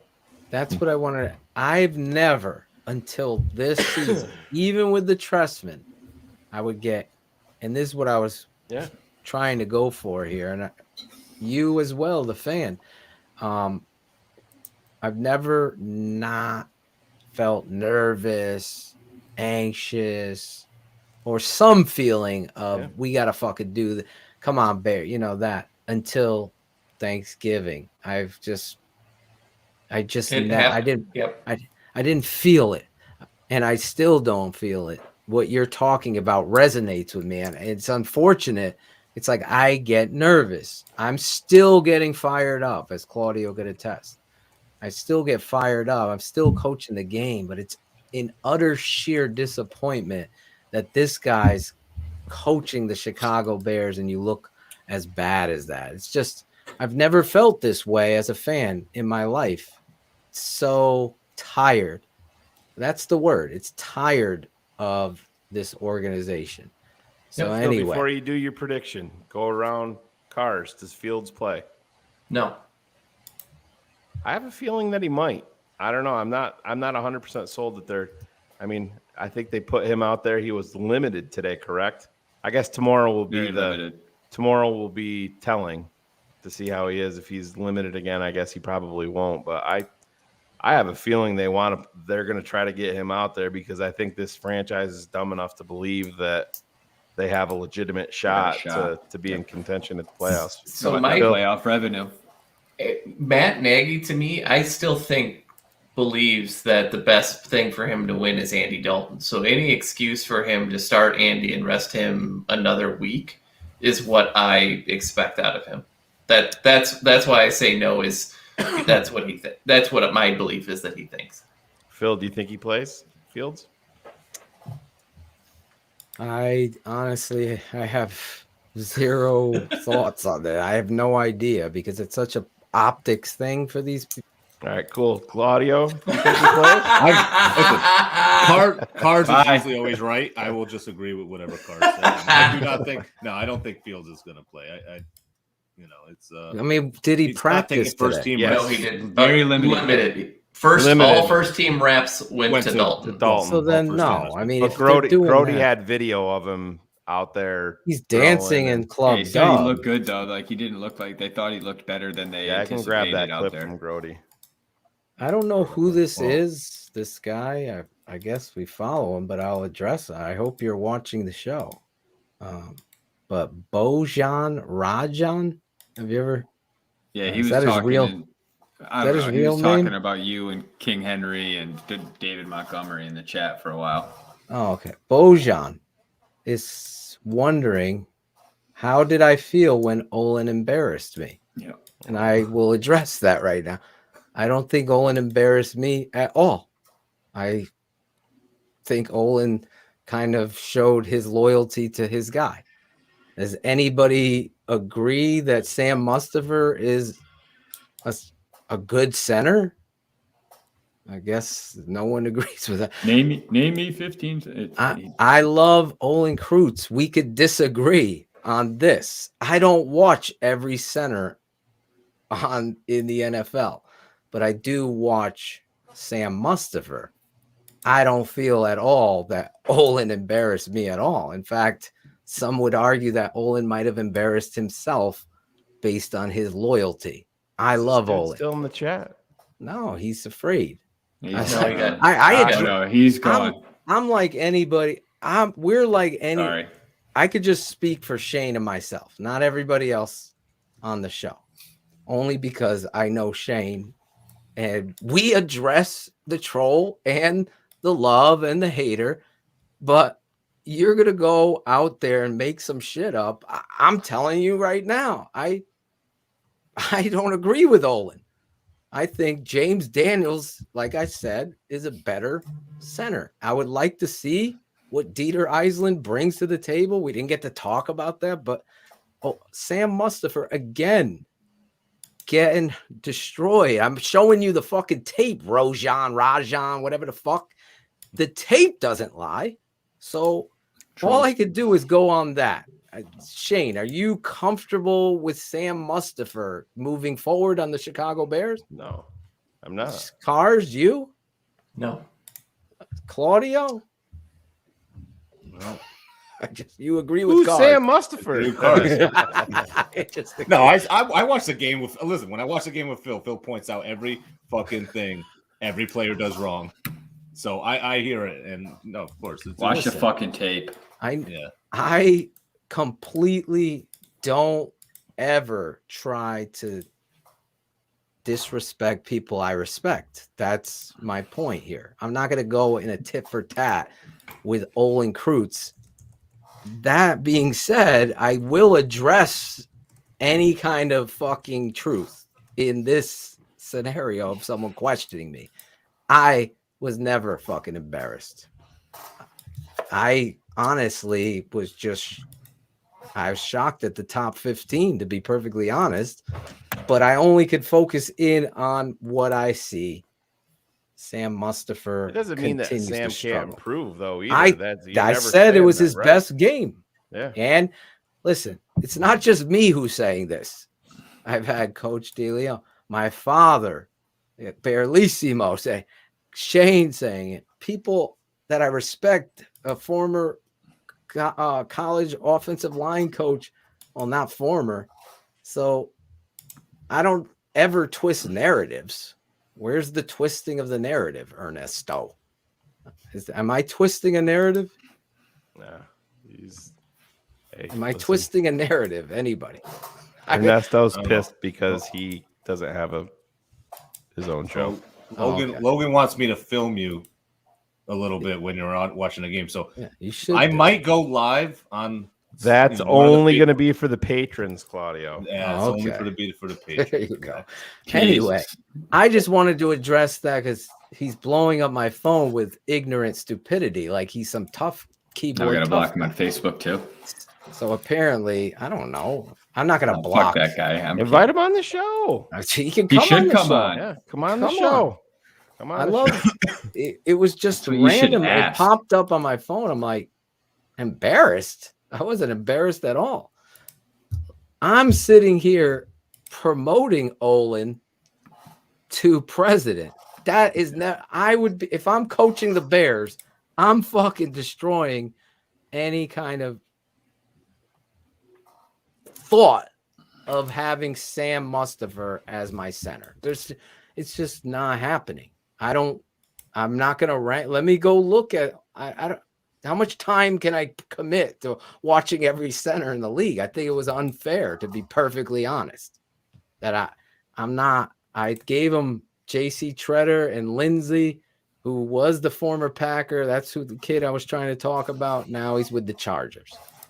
But James Daniels, to me, is the answer at center. If I was the head coach of the Chicago Bears, this is my offensive line. You ready? Obviously, I'm not putting Tevin Jenkins out there now, coming off this injury. Nah, he's going to redshirt. I don't care what he offers with this shitty team. Don't care. My left tackle, obviously, Jason Peters will stay there. My left guard will continue to be Cody Whitehair. My center is James Daniels. My right guard is either Bars, or I want to see what one of these other players have. One of the other players. Right guard to me is a need now. Now you need. Is it Bars? Is it the kid Lachavius Simmons? Is it Hambright? Is it Dieter Eisland? Is Dieter Eisland the center? And then you leave James. I think Logan had it in there, and I know he was upset that you didn't bring it up with Olin, but it's really a wasted question to ask Olin. We've asked him directly about it. There's no reps from Dieter. He said that Dieter has been into his gym and worked out. There's nothing for us to look at. He left, and I guess he got dinged up, and he never came back. But there's no reps for Olin to speak on Dieter. Even with us, you can go back and look at stuff from college, but there's a lot of like, oh, I believe in the kid, but you can't sit here and say that it's factual evidence. It's just having belief in the kid, and that's no different than what Olin was going to say about him. Maybe Olin had some behind the scenes stuff, but he's never going to fucking share that. I mean, you can see the way that he came out in full-blown support of Olin. Listen, I love Olin Kreutz. I believe in Olin Kreutz, and I think he's a no-nonsense guy. But Olin's also a businessman that's got a fucking gym, that's friends with Harry Heastan, that has Sam Mustipher there, that has a pipeline to Notre Dame offensive linemen in fucking Chicago coming there to work out. And I get it. I get that part of it. But to me, to say that Sam is a top 10 to 15 center in the NFL right now, nah, no. I don't give a shit what you say, and it doesn't mean that you have to have somebody on your list that can come in. The thing about it is the Bears aren't going to go out. I could have said Jason Kelsey from Philly. Doesn't mean that he's available. Doesn't mean that he's going to come in and do it. If the Bears address the center position, they're going to go fucking fishing in the draft for center. That's where they're going to address it, or they're going to move James Daniels over and go to try to find a guard. But listen, I don't know. I just think people get fired up and and jealous and just want to try to prove everybody wrong and say, oh, you know, Olin got one over on you and whatever. That's fine. Great. Okay. Olin came on and spoke his truth just like Phil did. Who gives a fuck? Exactly. I just wanted to address, I'm sorry I took it there, but I always keep it 100. As a fan, you have an issue or you're projecting a narrative that isn't true. Like Rajan, let me get his exact name. Bojan Rondo. Bojan. Is this a real name? Bojan Rajan. And oh yeah, that's stands for Diddy in fucking Arabic. Is it? Yeah, stands for Diddy. Okay. So that's what I just want to sunglasses address. on. Truthfully, Take again, that. anybody leaving this fucking conversation twisting my words shouldn't be. I'll clearly say this again. Didn't agree with Olin. Totally step for step with what Shayne just said. Don't think he's a top 10, 15. He wouldn't even start on my team. Has he improved? Yes. As my father said on BHL, we cheer for this guy. You want Sam Mustipher to be great. Can he? That's on Sam, but I'm not giving tokens or awards for where you're drafted or where you start in the league. If you're undrafted, you got to play to the level of an NFL fucking player. That's Right. my truth. A good way to figure shit out is to pretend that everybody in the NFL is a free agent, and then you find out who would get signed first. That's where like it's James Daniels getting signed or Sam Mustipher. Oh my God, James Daniels is getting signed. That's my point. Way quicker. That's a great, and that's the point when everybody is keep on, still butthurt about the Mitch Trubisky thing. Right. Listen, $2.5 million says a whole bunch of what the NFL thinks about Mitch Trubisky. It really does. Cars, am I speaking bullshit here? People got traded for with shitty contracts over that. And if the NFL thought that the problem was coaching, he would have been on a Cam Newton like incentive laden crazy deal. And that didn't happen. It doesn't mean that he won't, although the odds are against it, but the way the league views him is not a Nagy created problem. It's that it's do you remember the talk? He's going to go to New England and win a Super Bowl with Belichick. Pittsburgh. He's going to go to Pittsburgh and be Big Ben's Belichick wouldn't have had to, if he believed in him. You don't think that he would have signed Mitch for $2.5 million? Shanahan was the other one. He's going to go out to San Francisco. Shanahan's going to make him a superstar. No, he gave up 3 first-rounders to go get Trey Lance. Exactly. And he's backing up a guy in Buffalo where he's got 0 shot to fucking play unless he gets injured. Now we'll see as he embarks after in the offseason, Mitch's value after a step back. See, I want to see his story. Obviously, he's having a baby boy, Shayne. He's having a baby boy. I know. Yeah. Hillary was pregnant, but they announced it today. Yeah. I saw it. Baby Baby boy Mitch. Yeah, they were going to do one of those things where you threw a football at the target, but Mitch missed 17 times in a row. So still waiting on those Jackson hats. This guy didn't miss. Here's a little update from practice today if you want to remove that. And we'll go ahead. Number 1.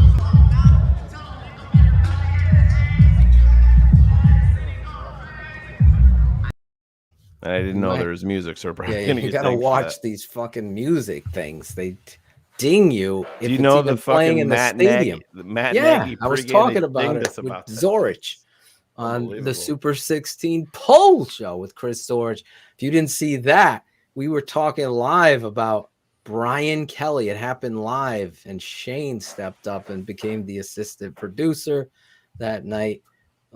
And you got to go check that out as Zorich responds immediately. He thinks we're pulling his leg, but it really did happen. Brian Kelly is in LSU, and I have even less respect for Brian Kelly than I already did have now. Didn't know it was possible, but here we sit. All right, Claudio, Did you give your prediction? No, I didn't. Not Go yet. ahead. So Can only imagine the smells coming out of that thing, but you know. Claudio's Well, high I'm as gonna- I hell mean, listen, tonight. yeah. No, I'm not at all. There's things that I'm not going to get into in front of everybody as to why. We know, Coach. We know. Yeah. So I think we're gonna. Yeah.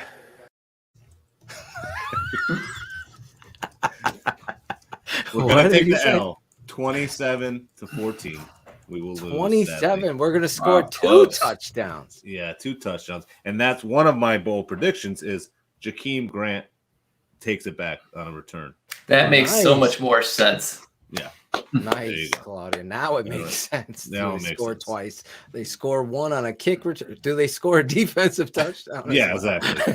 Pick 6, Jalen Johnson. A double bold prediction. There you go. Hey, All right. real quick, guys. I know Cars has to bounce. He's got some family responsibilities. So yes, say your goodbyes to the man, the myth, the legend, Matthew Carstensen. More myth than legend for sure. We will miss you until next week. Just when Yes. we put you toe to toe with Greg Braggs. And no, I'm joking. Who? Just one more clip for you to watch, Cars. One more clip. Can you hear No, me? your audio is terrible, Phil. Phil, can you hear me? This is your dad speaking. Can you hear me? The greatest clip ever. That is awesome. That is The awesome. funniest part about that, Matt, is everybody in the parking lot. Oh, you could tell instantly.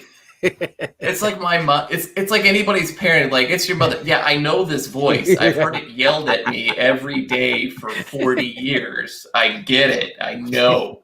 This I is know. your dad. That's all I think of is what's his name from Howard Stern. Oh, Richard's dad. Richard. Richard, this is your dad. No shit. All right. Dad. I'll see you guys. Thanks. All right, Cars. Later. Have a great night. Jackal, your prediction. 41-3 Cardinals. Wow. 41-3 Cardinals. Yeah. When it rains, it And pours. Your bold prediction. JJ Watt. No, I'm not going to say. I think he's going to play. He's out this for the week, year, right? isn't he? Yeah, JJ Watt's Isn't out. he for the No, year. he practiced this week, I thought. But anyway. No. He's out for the year. Nope. Tune into pretty the sure he fantasy practiced. football. Nope. Don't talk about. We don't know who the defense, fuck but is JJ hurt. Watt practiced this week. Nope. but Nope. How many touchdowns is Trubisky gonna have for the Bears this weekend, Jack? Nope. More than Justin Fields.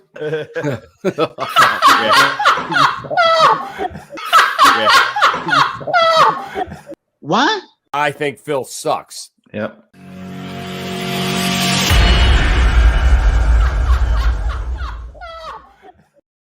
I love this show. He practiced working on his conditioning. Just so you know, that was the report 7 hours ago. So fuck all you guys. Hey, dude. There is I'm an idiot. Brian Urlacher's not expected to play either. Yeah, you're fine. Anyway, just saying he practiced. I know thought I he was was gonna on make a joke saying IR. that JJ Watt is actually going to score Jesus. more points than the Bears offense. There's been gunshots heard at Dealey Plaza. What? Plaza.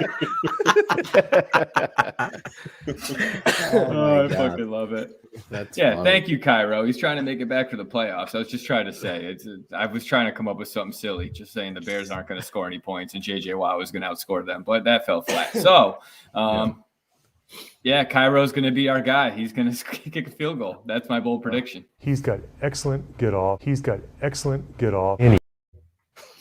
Yeah, that's gonna be a great fucking BHL. 6 points. 41-3. Can you imagine? 3, yeah. Oh. What's the rant? Does Oh Nagy my get God. fired after that game? I said that 2 weeks ago, and that Can you imagine what the crowd would sound like at the end Oh of that my game? God. I mean, First of all, if you're That's right, just 'cause it's tuning in in, Chicago, yeah. we said you're in Chicago, you're going to the game. Right when they line up for the kick, us peeps all over the country, all over the world Want to hear you in the stadium, the Fire Nagy chant that is going nationwide. The Bears can't figure it out. George and Ted can't figure it out, but hopefully you can. So we're asking you to keep that going. My prediction, and then we'll get the shout outs. I got the Arizona Cardinals victorious 28-6. 28-6. No touchdowns for the Bears. Matt Nagy continues to struggle.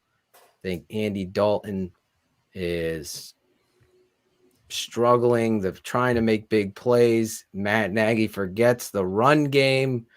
I'm giving my bold prediction right here. Matt Nagy comes onto the stage and says that, well, we couldn't run the ball because we got down so quickly. We had to. It's been said. Maybe it's not a good bold prediction because he said that so many times, Shayne. Does it count or can I do it? Go ahead. All right. I'm going to say that Matt's going to give the run game excuse, and David Montgomery will average 6 to 8 yards per touch. How about that? And Matt will forget. Breaking news. The Tape Never Lies Network. Breaking news. It's fucking awful. Those poor people. Oh no. Jesus. That happened? I knew somebody on that fucking boat. I charge him $42 for a haircut. Jack, I'll never let go. I'll never let go.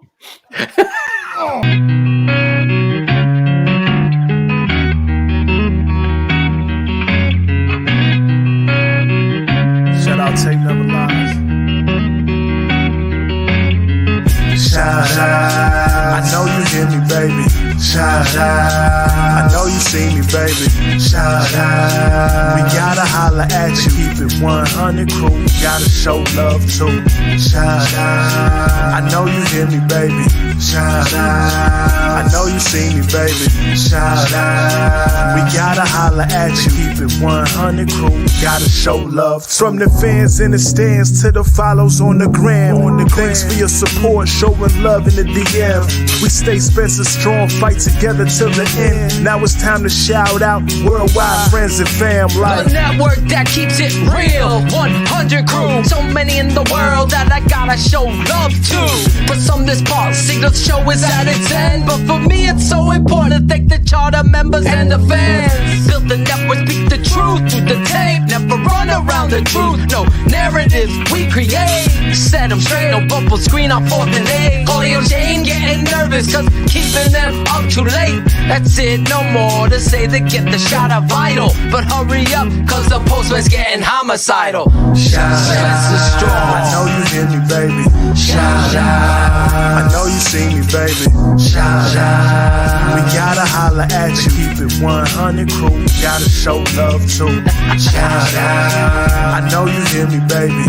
Shout out. I know you see me, baby. Shout out. We gotta holla at you. Keep it 100 crew. Gotta show love too. The network that keeps it real. Spencer Strong.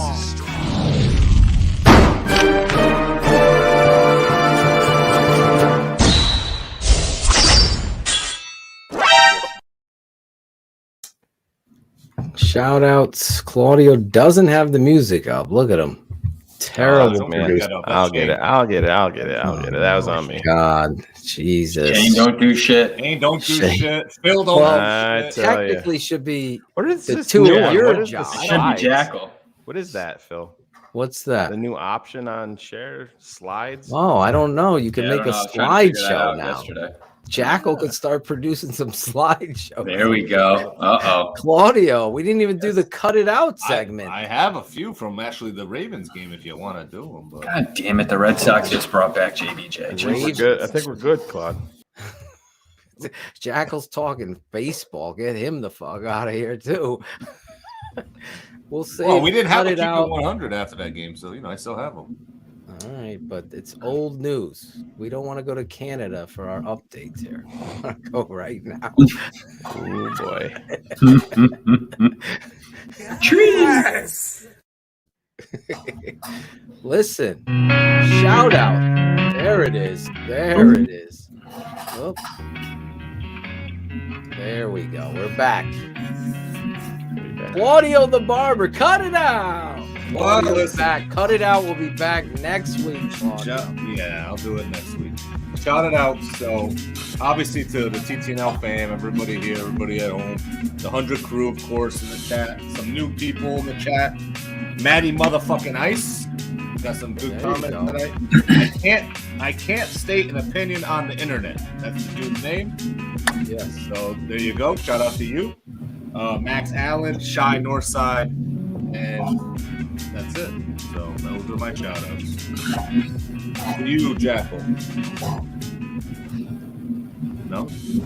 Go ahead, Jackal. Oh, okay. No, Shoot. shouting out, Yeah, you know, Shayne, shouting you out, man. I know you got some stuff going on. Shouting out positivity and love.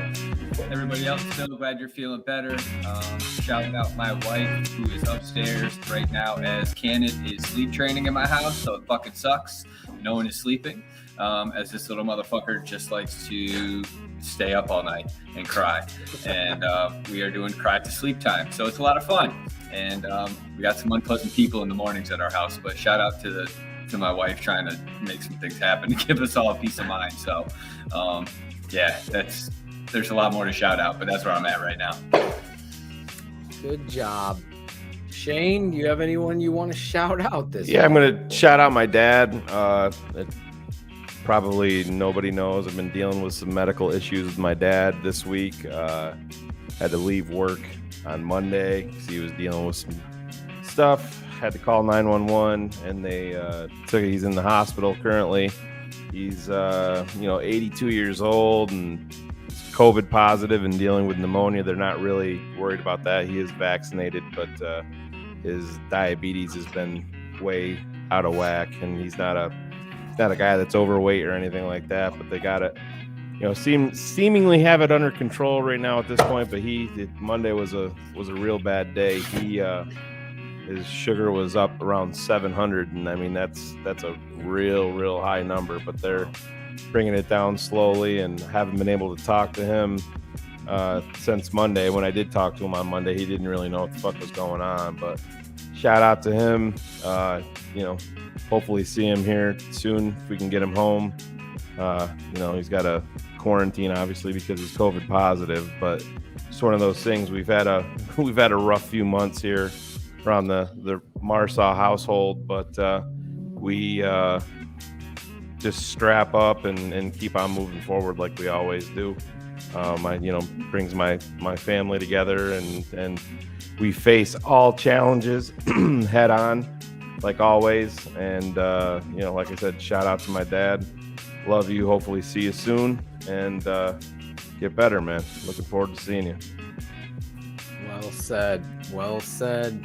Family, obviously, is so important. Family, football, those are my religions, obviously. And I can't even imagine age as we get older. It just puts it into perspective even more. Being a father, all of these things, you think you're invincible as you're younger, and then you start getting older in these situations. Only so much love to your dad, Shayne. Thanks, man. I know how hard that is. Like, everybody knows my dad on the show. I can't even imagine just a parent.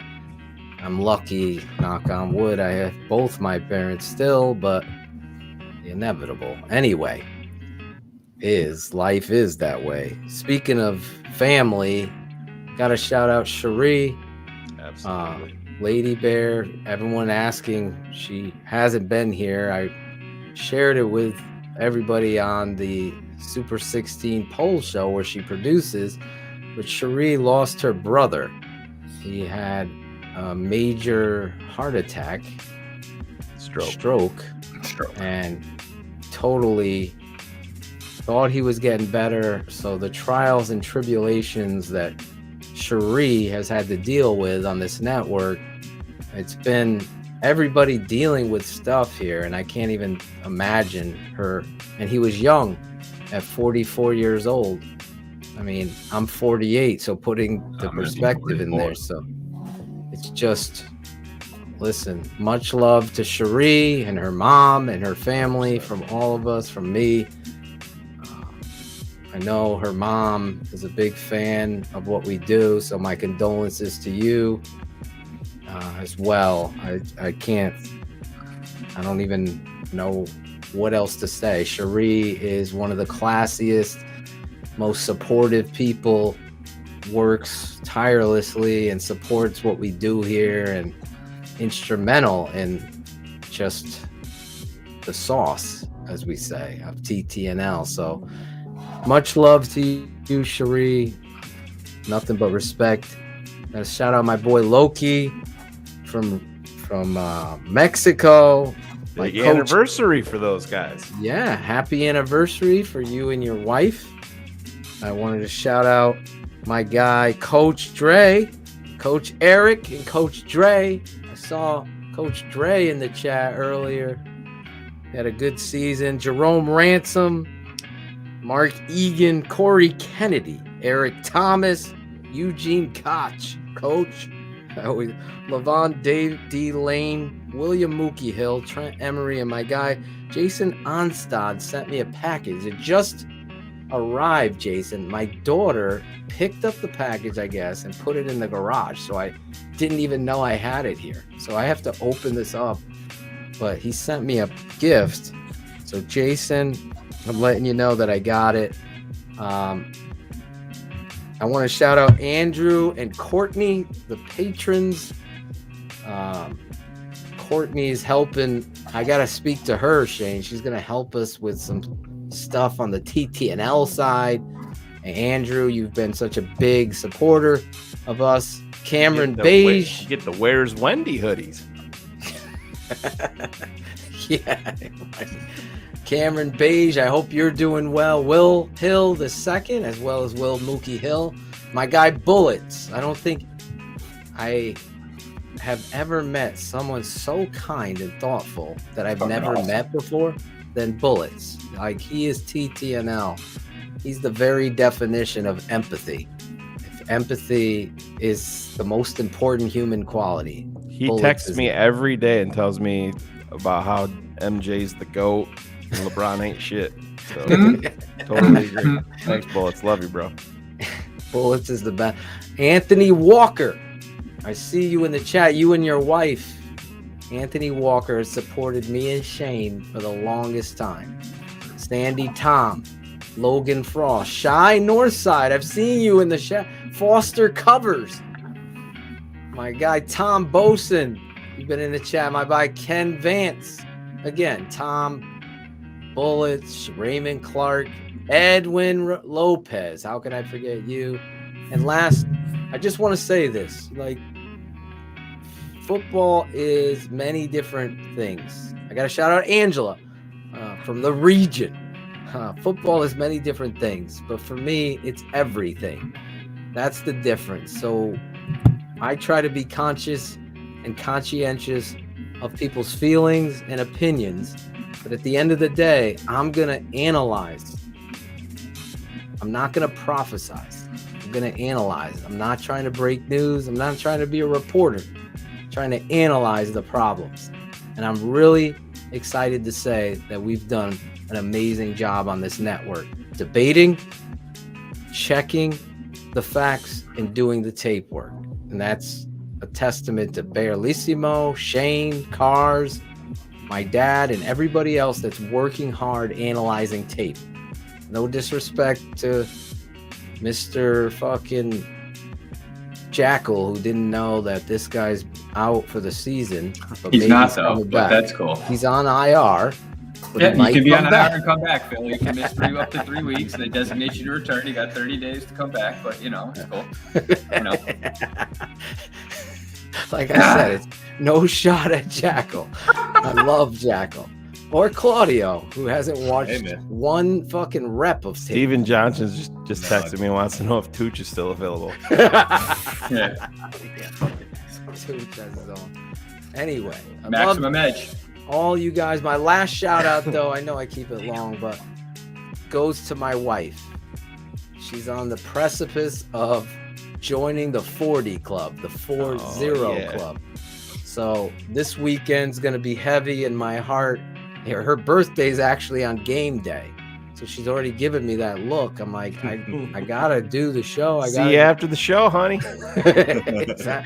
So this is the most supportive, amazing human being.